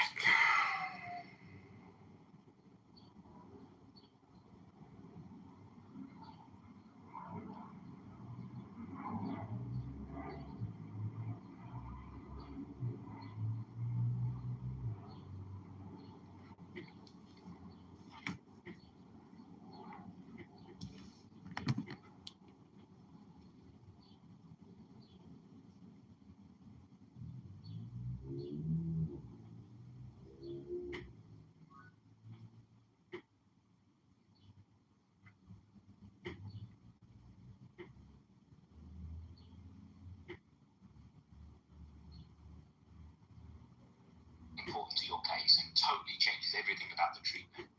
Like I don't know. Oh, by the way, I just went to the Congo and got scratched by something, right? And then you're back in England and you're shivering and they don't know what's wrong with you. And you tell the doctor that, and you tell the AI that, and the AI just decides to ignore it. Just the attention mechanism just says, oh, fuck it. Who cares? He just went on holiday. I won't focus on that. And the whole diagnosis is fine.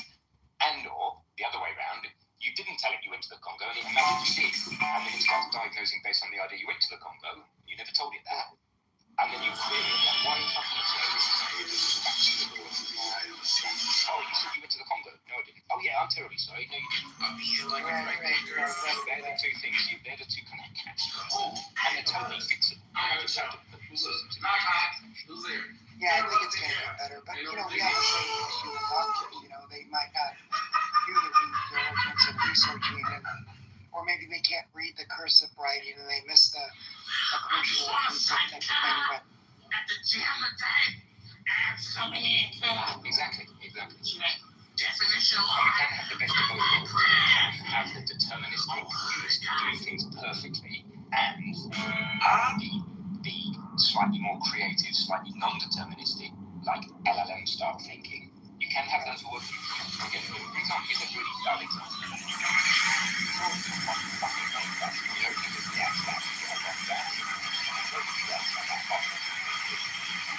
And it stinks of AI. I try and give that shit to my marketing people. They're like, what are you doing? That's obviously AI. How do you know? It's a good thing. Wrong button. And you can put it in your job. It's the only thing you don't have no reason. If it's still using that, that's like don't think of a blue elephant. Everyone can think of a fucking blue elephant, right? There's no way to tell it not to use M dashes without mentioning M dashes, which makes it much more likely to use M dashes. It's completely impossible, but there is a solution, and that's called a deterministic hook. So if you're using a more sophisticated tool like Claude Code or Codex or something, you can just put something called a hook in. It'll write it for you. You just say, write me a prefix. Take a look at this. You've probably never seen someone this incredible. Just because he had an argument with his wife, he packed his bags in a folder and went into the mountains and lived alone. What no one expected was that he chose to build a house in a abandoned place. And throughout the entire process, he didn't use any modern machinery at all. The whole structure was using high-quality wood and tan from measuring cutting to the final construction. Every single step was done completely by him. It has to be said, this man's building skills are truly one of a kind. As it turned out, he had grown tired of the 9-to-5 lifestyle. He wanted to use the same shop of years to return to the countryside and start a new life. However, his wife strongly opposed that in her eyes. He had a stable job and an exit with a promising future. She hoped he would stay focused on his career and work toward promotions and earning higher income. Because of this, the couple had a heated argument. In a moment of anger, he packed his bag and headed deep into the mountain. He wanted to find a life that truly belonged. At first, his wife thought it was just a temporary thing. She believed he would come back in a few days, defeated and discouraged. Even prepared himself to persuade him to compromise.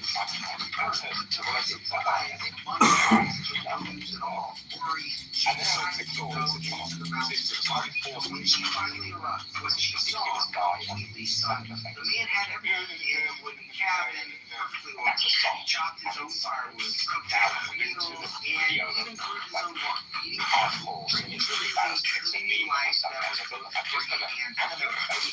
It all. This led to Wyatt both frustrated and annoyed.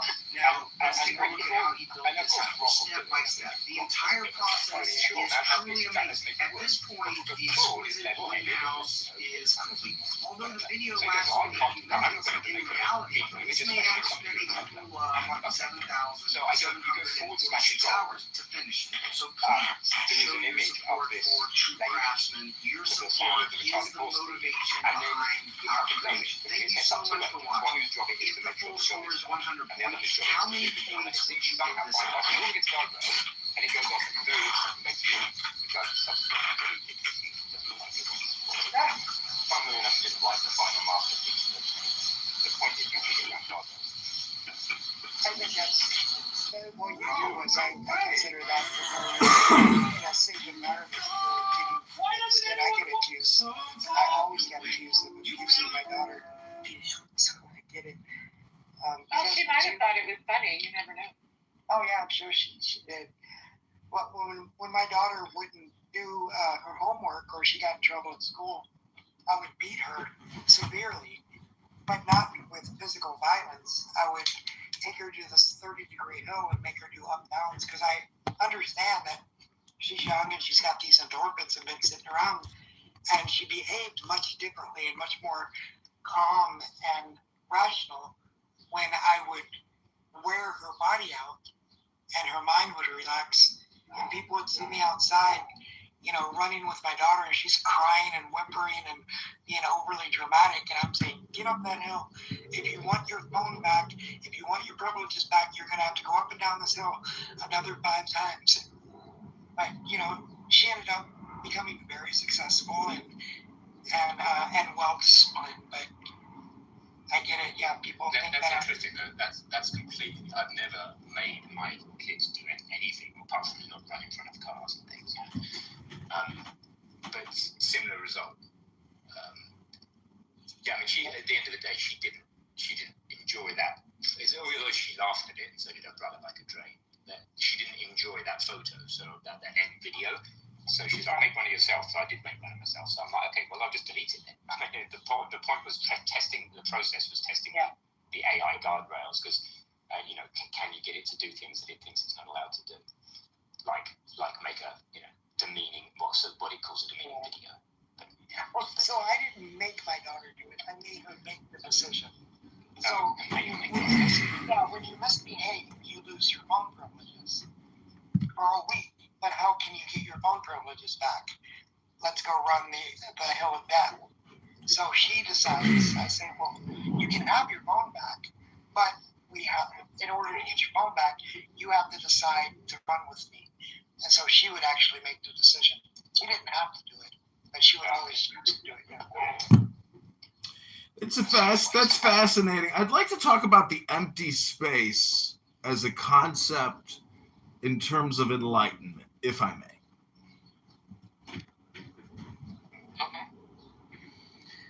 So in terms of the empty space, if you are to ponder and to think about space, the vacuum, the distance between object A and object B, it actually creates object A and object B, because without the space, you can't have the object.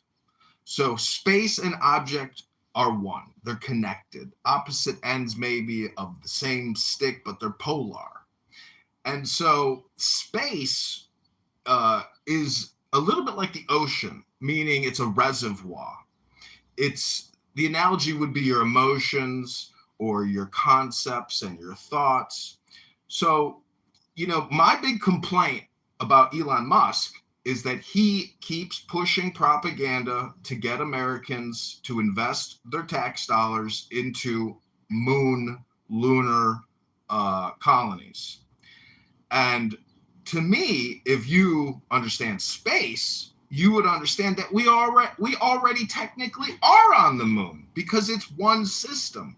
And to waste our money on lunar colonies when we don't even have housing for tens of millions of Americans, it's ludicrous. It's anti-American. It's anti-patriotic. And it's really just a grift to keep federal dollars flowing to Elon Musk, SpaceX, etc.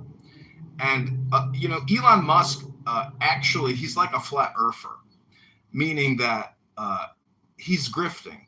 And you should call him out on it because it's your future. And America is its own country. I know we're in a global community of countries, but we have a shared legacy and a shared destiny. And it's not on the fucking moon. So, call it out for what it is: a scam, a grift, a fraud. That's what space can be. It doesn't have to be that. I know space is so important. We have all these satellites in geosynchronous orbit that make this communication possible, probably right now. But, putting data centers in your backyard so Mark Zuckerberg can make another 10 billion Meanwhile, the water in your house goes out and there's no compensation from Mark Zuckerberg as he's on his $300 million super yacht and his $60 million follow-on carrier yacht. So is that it? Is that good enough? I hope you guys liked it. You could call it Empty Space if you want. That was awesome. Like, it's actually interesting because, like, when I listen to you as somebody who's, like, studied and well-versed and in all of this, I really appreciated how you, like, stuck with Shinyata there and then gravitated towards Elon Musk in his grift. You know, you do provide a great deal of service for people, even if they're unable to realize it within themselves. And you do a great job with a sense of humor. Then I would say just don't harass people, and you'll get a better response because, like, somebody like you could really make traction on social media if you actually did it the right way. However you're doing it right now, whatever you choose to do, just Hello? passion. Hello? I support you. You're incredibly intelligent. And if anybody was listening at the beginning, if you didn't comprehend or realize, sometimes it takes lifetimes to comprehend that.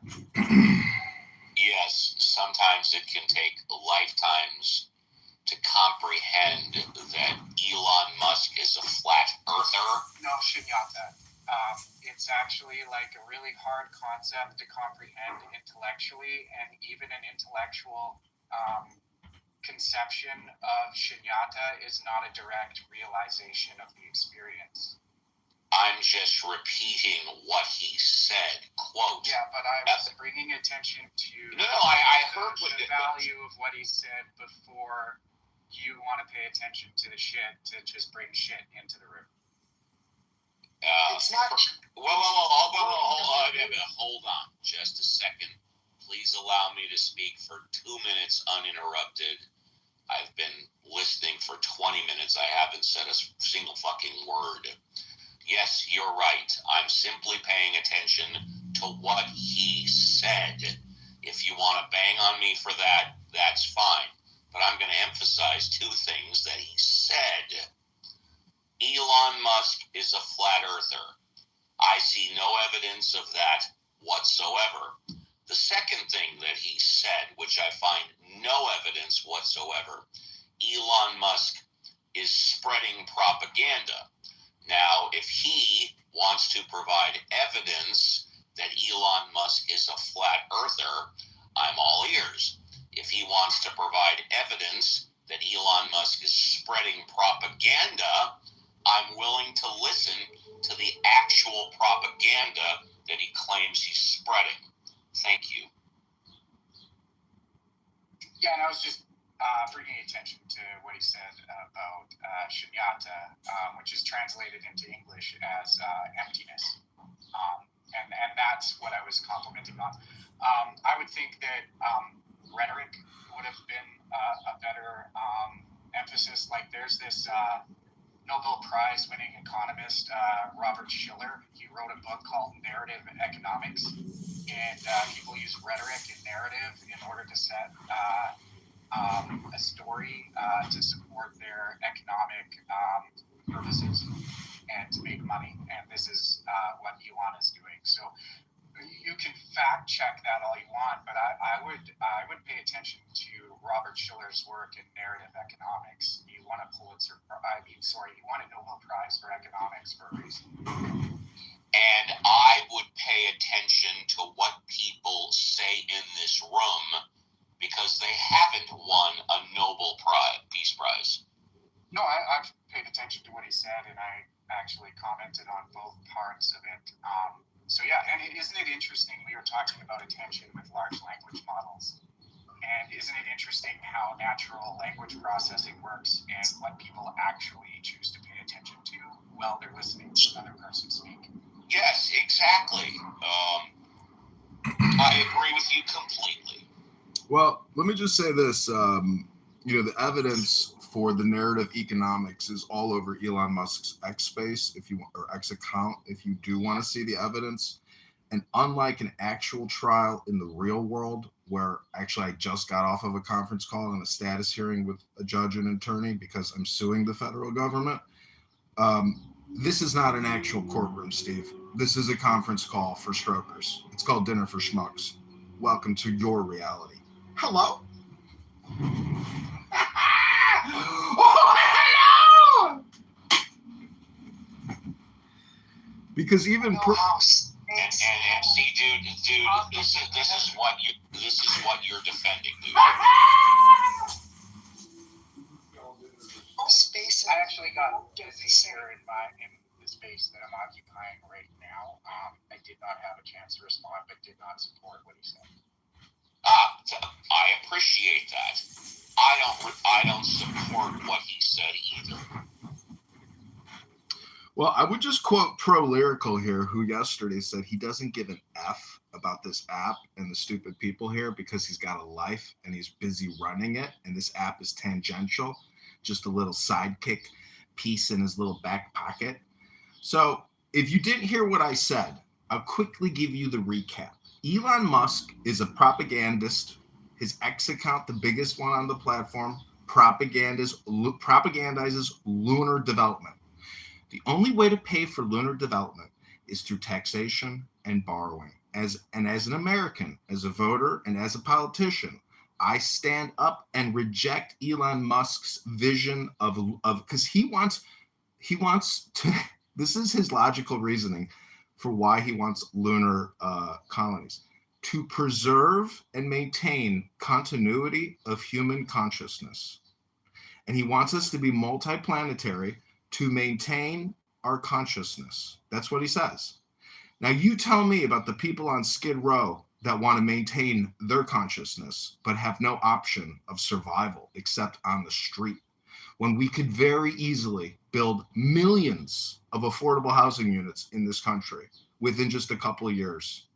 And it's just so simple. But the problem is it's the Haiti scam over and over and over again. California and the Democrats there, they rip off the NGOs. Nothing gets built. I apply it equally, though. I don't know if you do. So, do you think the $1 billion for the ballroom could be better spent on the homelessness as well? Because I know you're a Trump fan. Are you able to say that as well? Yeah, sure. Why not? I don't care about a stupid ballroom at the White House. Who gives a fuck? Oh, I appreciate that.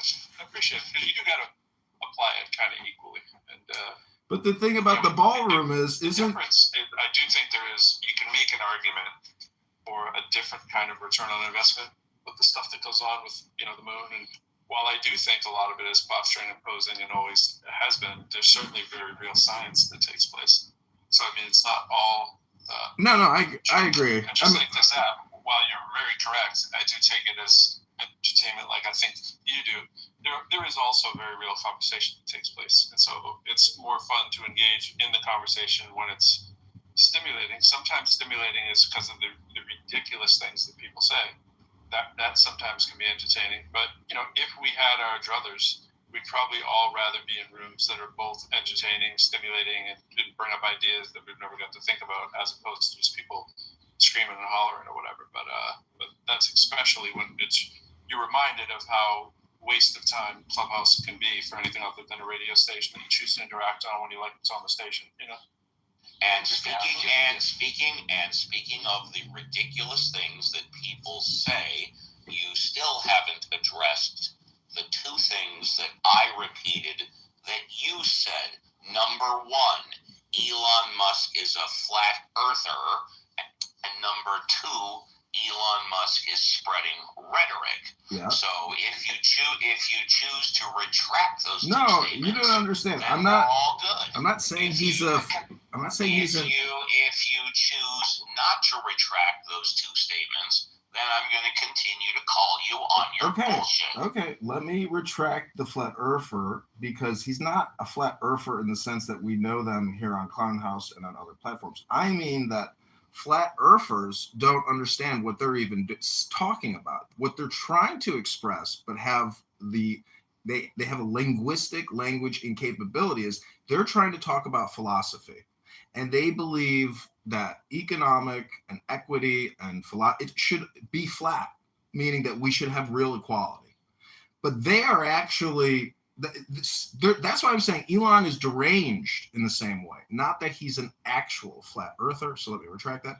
And when I say rhetoric, I just mean propaganda. Elon Musk is the spreader of some of the most anti-American propaganda out there, which is to continue taxing and borrowing from us to support his utopian dream fantasy of maintaining human consciousness on lunar colonies. It is the epitome of anti-American stupidity. And he is an elite liberal intellectual like many of you in this room who don't know how to defend your home, don't know how to defend a perimeter, don't know how to have a moral. I know some of you agree with me that I think the biggest problem is our immoral currency.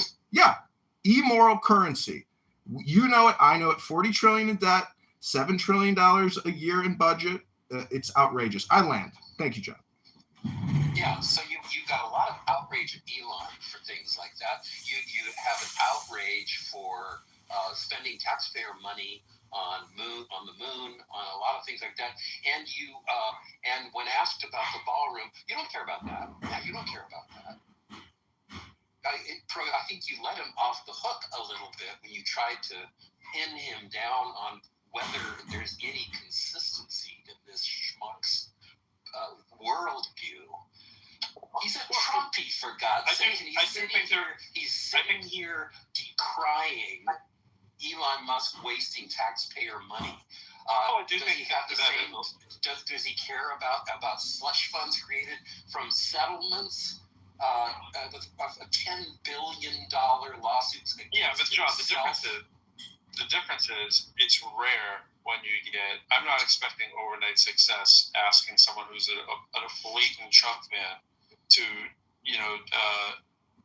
disown everything Trump says, but it's a step when you can honestly say that the ballroom is a waste of money, and that's at least something. He didn't say that. He said he didn't care about it. Well, that's what he meant. Say it's a waste of money. He said he didn't care about it. What he also said, which I'm going to comment now, is that he had a hearing today or yesterday where he's suing the federal government. I would love for him to post in the group chat his application that he's suing the federal government. No problem, Frankly, Steve. I'll go out on a limb. I don't believe that for a second. Oh, you don't believe it? I know that lawsuits have been filed if you say so, Steve. for election fraud, but no, incorrect. Incorrect. Not true. Not true. That was a blurb on a news website. Not true. Fake news. That was fake news on a blurb on a website. I have no ire for somebody who's going to say that that it's a Trump fan who says that. Who I think it maybe you're right, Don, but I think the implication there is a little bit of a concession that is at least a bullshit project, and that can also clearly see that there's a hell of a lot of propaganda that comes out of Elon Musk. I've never had a problem with somebody who's going to say that either. In fact, I'm a little surprised that you even went down that pathway. So I see that as a small progress. Anybody who's reframing Twitter as a, what does he call it? Absolute free speech platform. I mean, come on, give me a break. It clearly there's is still the hypocrisy, the overwhelming hypocrisy of the. I consider the source, John. Elon Musk. I consider the source. I do not unbelievable. I do not draw. Yeah, but I don't draw major ire from. I expect him to come in and say something 10 times as bombastic as that, and that's actually. Look, if I came in the room and I said, there's a lot of bullshit waste that's going on, and Elon Musk is behind a lot of it, and I can even say that the ballroom is a bunch of waste, and I'm a Trump fan, and oh, by the way, here's a few examples of Trump spreading propaganda. I'm not losing my shit over that one. There's a lot more. Bro, if the ballroom's only $1 billion and we're experiencing at least $365 billion a year in fraud, and that's only 10% of the $4.2 trillion in Medicare, Medicaid, 10% would be $400 billion. So what is $1 billion when we lose $1 billion a day to fraud? That's what I'm saying. $1 billion ballroom, to me, the money could be spent on tiny homes, affordable housing. I think that if Trump wanted to be magnanimous, he would actually build Trump cities for the low and disadvantaged that need housing. Housing is the biggest burden on anyone's lives. The expense, the cost. You have to keep working nonstop just to keep a roof over your head. It's insanity. It's the biggest expense in anybody's pocketbook. But Steve, I am suing the federal government, and I'm suing the IRS for sexual harassment and for workplace violence. I'm going to post your lawsuit that you filed in the group chat. In the group chat, this cell phone is a burner phone. First of all, Steve, I'd have to go to my actual office desktop to pull up the EEOC complaint. And why I would waste my time proving to you about a personal business matter, Steve, get a life, man. I would say stop lying and start telling the truth. I would never publish my personal documents for law claims personally, but then again, I don't know if I'd be talking that I'd be making them either. There's that point. Well, I love you to death. I respect you more than pretty much anybody about Clubhouse. But once you file a lawsuit, it's a public document. You know that, Pro. No, I'm just saying that the ability to there's a lot of public things. Like yesterday, I discussed how I don't usually go by my first or last name on Clubhouse, but I also understand that there's 500 pages on me on Google, and I have a Wikipedia page that states my name. But there's a difference on the marketing side of it, what you want people to say and think, as opposed, there's that. So the voluntary, I'm going to post a public document about myself might be more than some people want to do. Right. However, please always remember and never forget that it was Kitover himself that came onto Clubhouse and solicited donations for his campaign. So he was running for office. He solicited donations on Clubhouse. That makes him a public figure and subjects him to certain things that people like you or me, and I've got thousands of documentations on the internet like you. It puts him for public office. He came on to Clubhouse. He got a couple of $1,000 of donations, as far as I know. Steve, I got $600.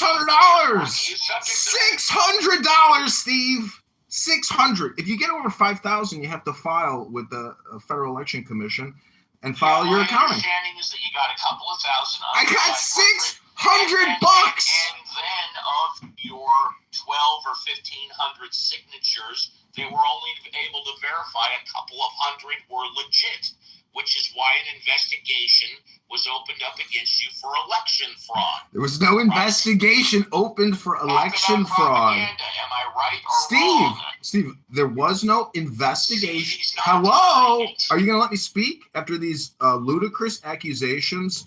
Steve, I ran a clean campaign. I didn't forge any signatures. I raised $600 to run for Congress, and I caused a panic for Darren LaHood in the 16th District, a well-known and powerful Republican congressman. And I am a public figure, just like you, Steve Appel. I paid my workers, my campaign workers. I paid my workers. That's what workers do. They get paid. It's called a job. It's called a circulator. You know what a circulator is, Steve?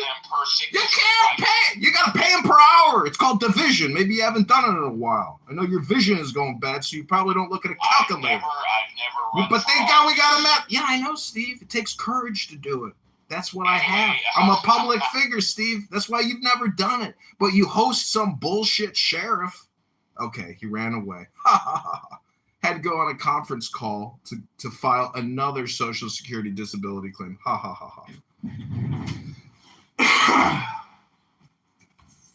most times people would just bounce off the app and they come right back in 30 seconds or so. But, maybe Steve is starting to talk. The same grace I extend Steve by thinking that is the same grace I extend you by not coming out and say that I have to declare that all people are frauds and scammers. I've heard all the stuff people say and stuff, you and other people on the app or whatever, but it's like you quoting me yesterday, a little bit out of context, but kind of the right idea. It's like at the end of the day, I really don't care. Like it's not my business. It's not my business to point the finger and tail wag on somebody who's, not trying to immediately interfere in my own doing. So I usually kind of stay out of it, but I just kind of try to judge what people are saying and what they're not saying. But I think people carry a lot of baggage from conversation to conversation. I generally don't even remember conversation to conversation that I have with people. I try to always be like that, and then just start the next conversation. Now, do I remember a little of it? Sure. Do you get the context? Yeah. Well, people come on doing flamethrowers all the time, and people just because they had a bad experience with them or whatever right out the gate, it's like, bro, that's what makes the app sometimes ridiculous.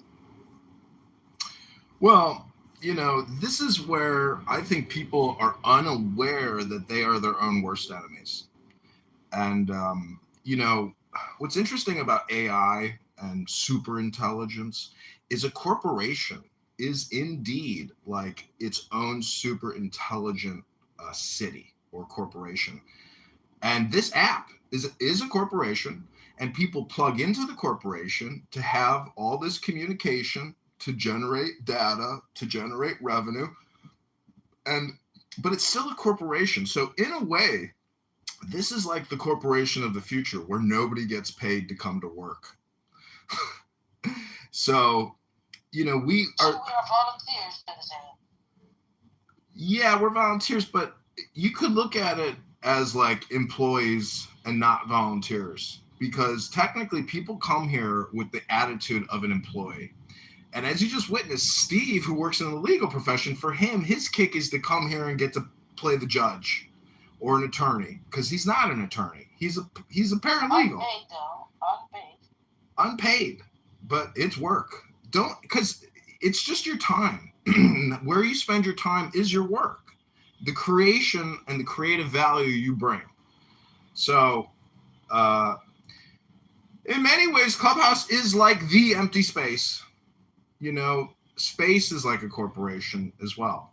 And the thing to me, which is so amazing, is if you study astrology and tarot and occult sciences or occult philosophy, especially with the zodiac and planets, most people I'm actually looking at the moon now in my backyard with a telescope. And when you spend time looking at a moon, and then you start thinking about the concepts attached to the moon, it's interesting. And not a lot of people, your average everyday person, doesn't have the time or the desire to maybe explore that content, which is just there. But it's just crazy that people will spend their whole lives and never contemplate what the fuck Saturn means, or what Jupiter means, or Mars, or Mercury, or Venus. I mean, do you like astrology, Miss? Do you like astrology, Miss Nancy? Oh yeah, I do. Because to me, those are. Telescope and I've looked, but it's not good yet. I don't necessarily mean like physical astronomy. I'm talking about the subjective, not the objective. And so I was going to try to bridge. I was going to try to bridge with Steve and say, listen, Steve, I'm playing devil's advocate here. I do side with you with regards to science and objectivity, because to poo-poo SpaceX and what they do is ridiculous, because honestly, it's fucking impressive and it's amazing. But building a tiny home for somebody on Figueroa Street, in downtown Los Angeles, that's also amazing. Everything is amazing. But the thing to me is priorities. Lunar terraforming is not the priority of America. And it never should be and never will be. But that's what Elon Musk says it should be. And that narrative farming, that content farming, it actually flows to federal dollars, tens of billions of dollars that Elon wants to get, because the truth is almost all profit is derived and created at the federal level. At $7 trillion a year, there's not a major corporation that does not receive tens of billions of dollars. And the big, beautiful bill, the top corporation is Apple. They're getting a $70 billion a year tax credit. $70 billion. They don't need it. But what it is that means they don't have to pay taxes. They do not have to pay taxes. But at the individual level, when you file your federal income tax, you're paying a lot in taxes individually. Why is the individual supporting the government, but the biggest corporations aren't? What? Is it all the lobbying? It's got to be. So anyways, I'm just saying that we need a serious corporate tax reform in this country. We cannot continue supporting the government on the backs of the workers. The liability has to transfer back to the mega corporations, the Fortune 500. If you don't think that is not one of the biggest problems, and you've never talked about it, or you don't talk with people that do talk about it, I mean, to me, the issue is always tax reform. It's not ideological propaganda and polarized ideology. It is tax reform. That's the mega issue, in my opinion. It's the issue. It's always ever present. What are you? You want to have so many accounts on this app? Is that you? Yeah, it's me. Oh, wow. But that's also work and an effort. You do more work than we do. We have maybe 1-2 houses, that's it. But you're actually working on it that you get people there. Yeah? And you have a lot of accounts. It's not heavy lifting. It's pushing a button. I don't know. That looks to me. Well, have you ever worked in a restaurant for 10 hours? I mean, I'm not coming home broken. I'm just curious because, why after you? And I heard a little bit of what Steve said, but I didn't understand what was going on. I ran for Congress, and I solicited money here, and people were promoting me here. And I raised a meager $600. $600. And I think my total campaign spent probably like $2,000. No, way more than that, like $4,000 or $5,000. And I had to generate signatures. And I'm accused by my opponent. Now, note, it's not the election commission. It is my opponent who I have accused of fraud. He accused me of fraud, but I accused him of fraud 1,000 times. So I'm not that upset that I'm accused of fraud because I've accused him of fraud 1,000 times publicly. COVID-19 is the biggest fraud ever created in terms of legislation and HRX to create trillions of dollars in debt. So, I didn't forge any signatures. I paid employees to go out there and get me signatures in Rockford, which is in the precinct. And I think some of the people involved in the network of people, of the girl that I hired off of Craigslist, I think her boyfriend, they must have gone to a restaurant and bullshitted some of the petitions. Now, I have no way of knowing that. And they didn't do a full audit of my petitions. And the woman who worked for me is less than reliable. Let's put it that way. She was hard to communicate with. She disappeared on me. I had to hire an Uber to go to Rockford to bring the petitions to Chicago. She was extremely difficult to work with, and I was being shaken down. Okay? So. Did you not fire her then? She worked for you? Well, it's just a temp position. It's not some type of, business. So anyways, I'm just saying people on this app like to rag on me, but I have the experience now of running for Congress. That experience is invaluable. Not many people in their lives will ever experience that. Running for Congress for real. Yeah. Yeah. Start to finish. I've never met somebody running for Congress sitting here in the app. Yeah, I ran it start to finish. That was my second campaign. Okay. My first campaign was to run for committee person, which is a know-nothing, unpaid position within the party. And that was my first experience with lawsuits. There's a quasi-election court that every candidate goes through with regards to petitions and challenges to your signatures. And now I'm running for mayor of Chicago. The interesting thing about... You wanted to be a mayor from Chicago? Yeah, I'm a resident of Chicago, and I'm running for mayor in Chicago. And the most interesting thing that I have discovered... When you are accused of fraud, can you then become a mayor? Of course. Like Trump. Well, you got to understand, fraud on the internet is just online rhetoric, banter, and defamation and slander. It's to defame an individual. And again, as I just said earlier, I defamed and slandered my opponent 10,000 times by calling him a fraud. Because if we have an unbalanced budget and you're siphoning $2 trillion off the top, which is just a skim, you are engaged in immoral, unethical, less than virtuous financial management of our system. It's my opinion. We could take out $2 trillion from our annual budget right now and call it a day, but we won't do it because that money is the cheddar. That's the cream on top of the milk. And what are you going to do? You're going to stop? You're going to stop the VIG? That's what it's come down to. We have a $40 trillion mortgage. We got a $2 trillion skim, and we have a $1.2 trillion annual interest payment. So the whole thing is now completely set up against the average American to completely impugn a system of debt slavery against you your entire lifetime. If you're 20, you can't escape this. So as a liberation mayor or a libertarian or a Republican or a Democrat, it doesn't matter what party I am in, you have to advocate for tax reform and ultimately debt resolution, because it's unfair to ask a 21-year-old today to work for 50 years to service the debt. Like, we need a debt jubilee or some kind of consolidation. It's within our power to do these things because we can shape the narrative based off of our words. And it will bankrupt the entire system, and banks will become insolvent, but they will recapitalize, and new technology will have to take its place. We need the entire legal industrial complex to also, we need to see, this is the problem with Elon. We don't need to terraform the moon.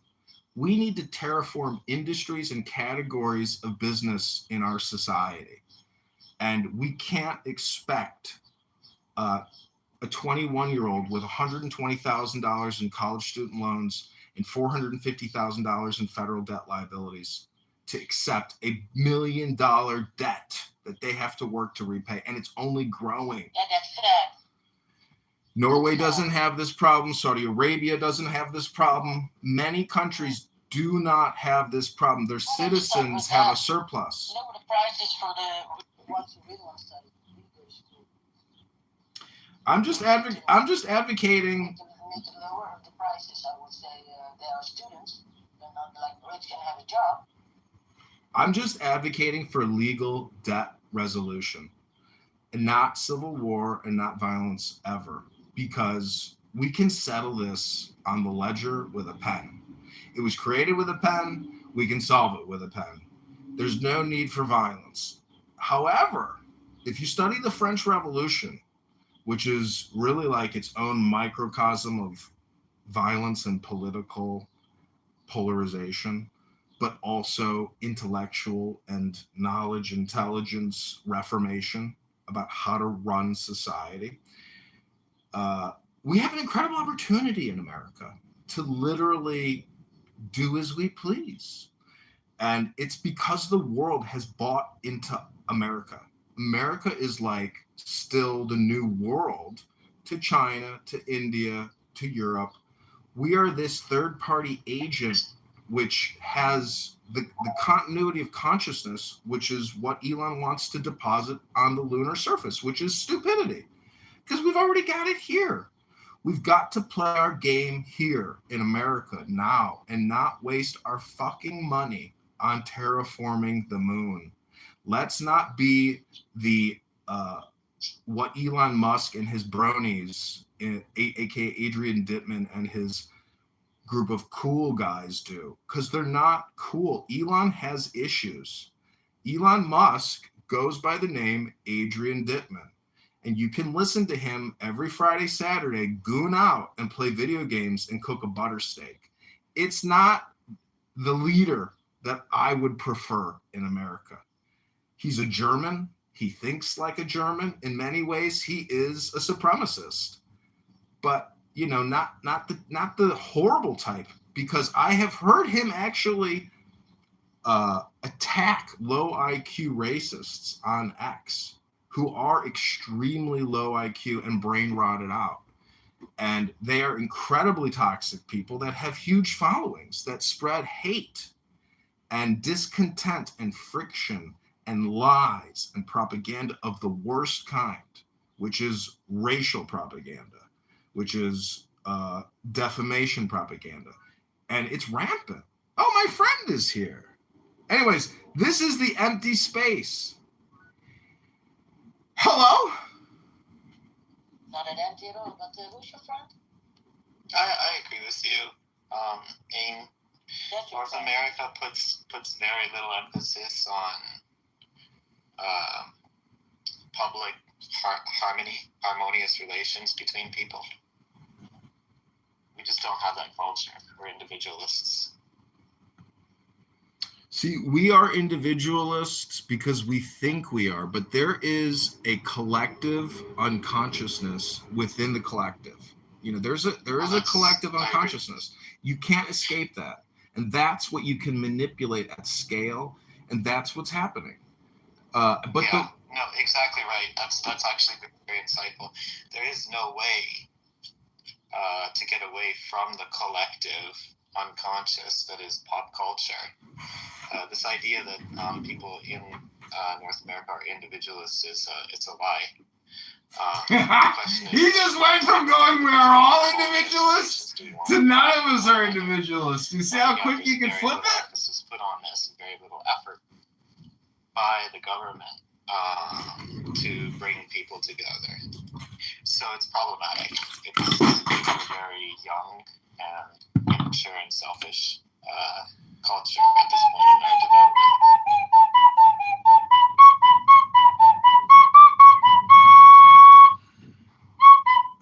Well, you know, I play music. I consider myself a musician, a politician, and a magician, amongst other things. But to me, being a musician is really the most fun because I think that there is a challenge that everyone individually has to face, which is how do I maintain intelligence, knowledge, and equilibrium to engage in some type of profitable trade? Because that little book I have, The Virtue of Selfishness, is all about altruism versus egoism. And you need a healthy balance. The healthy balance is really what you could call the middle pillar of strength. You know, Can you split the difference between altruism and what was it? The two that you mentioned, altruism and. This is why I read books, my friend. Egoism. What's the difference? Like, can you kind of define and split? Yeah.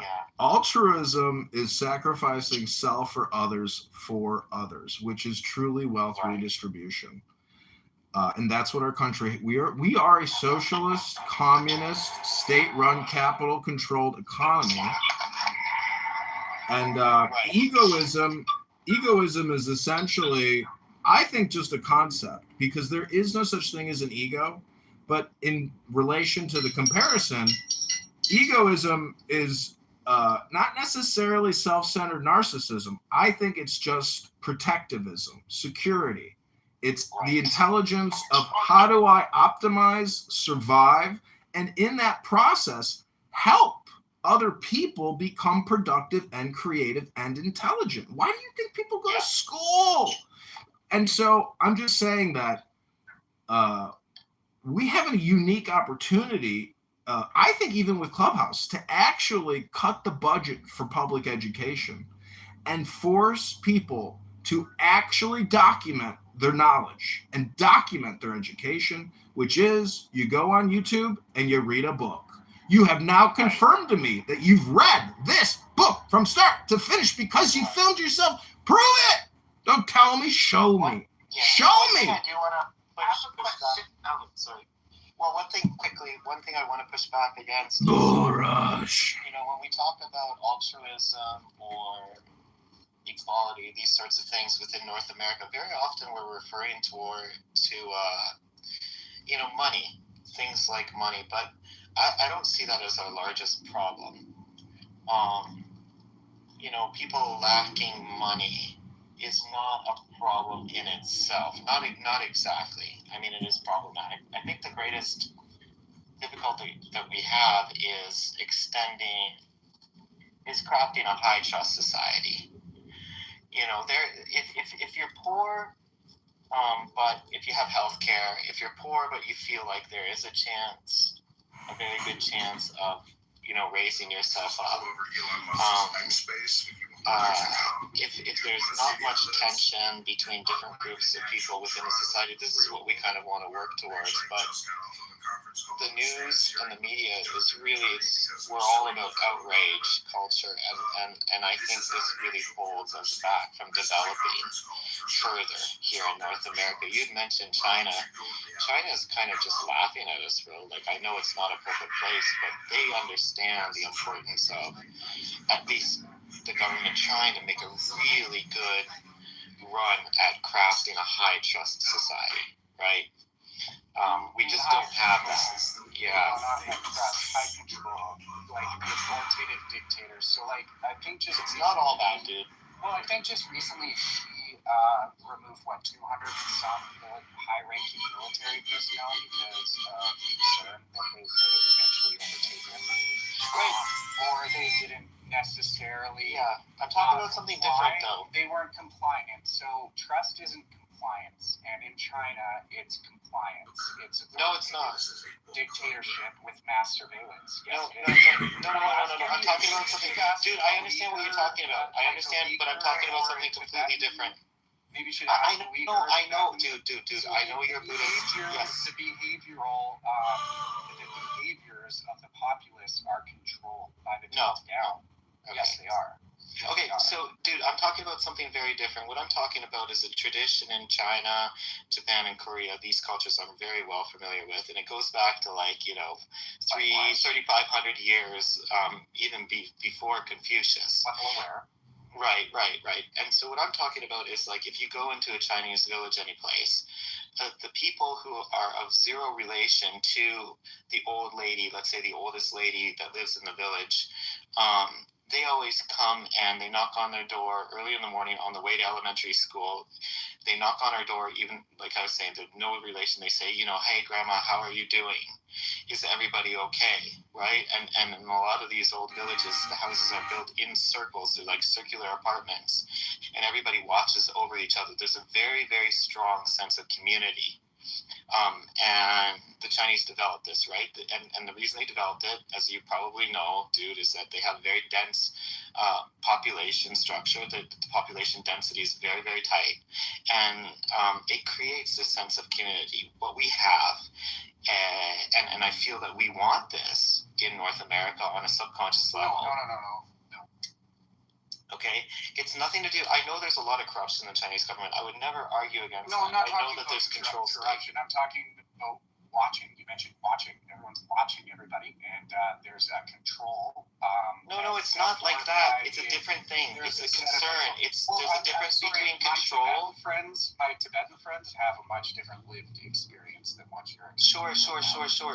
I'm not. It's not different. Because in Tibet... Or anyone protesting in Hong Kong. They have a much different lived experience. No, but the people in Hong Kong... Look.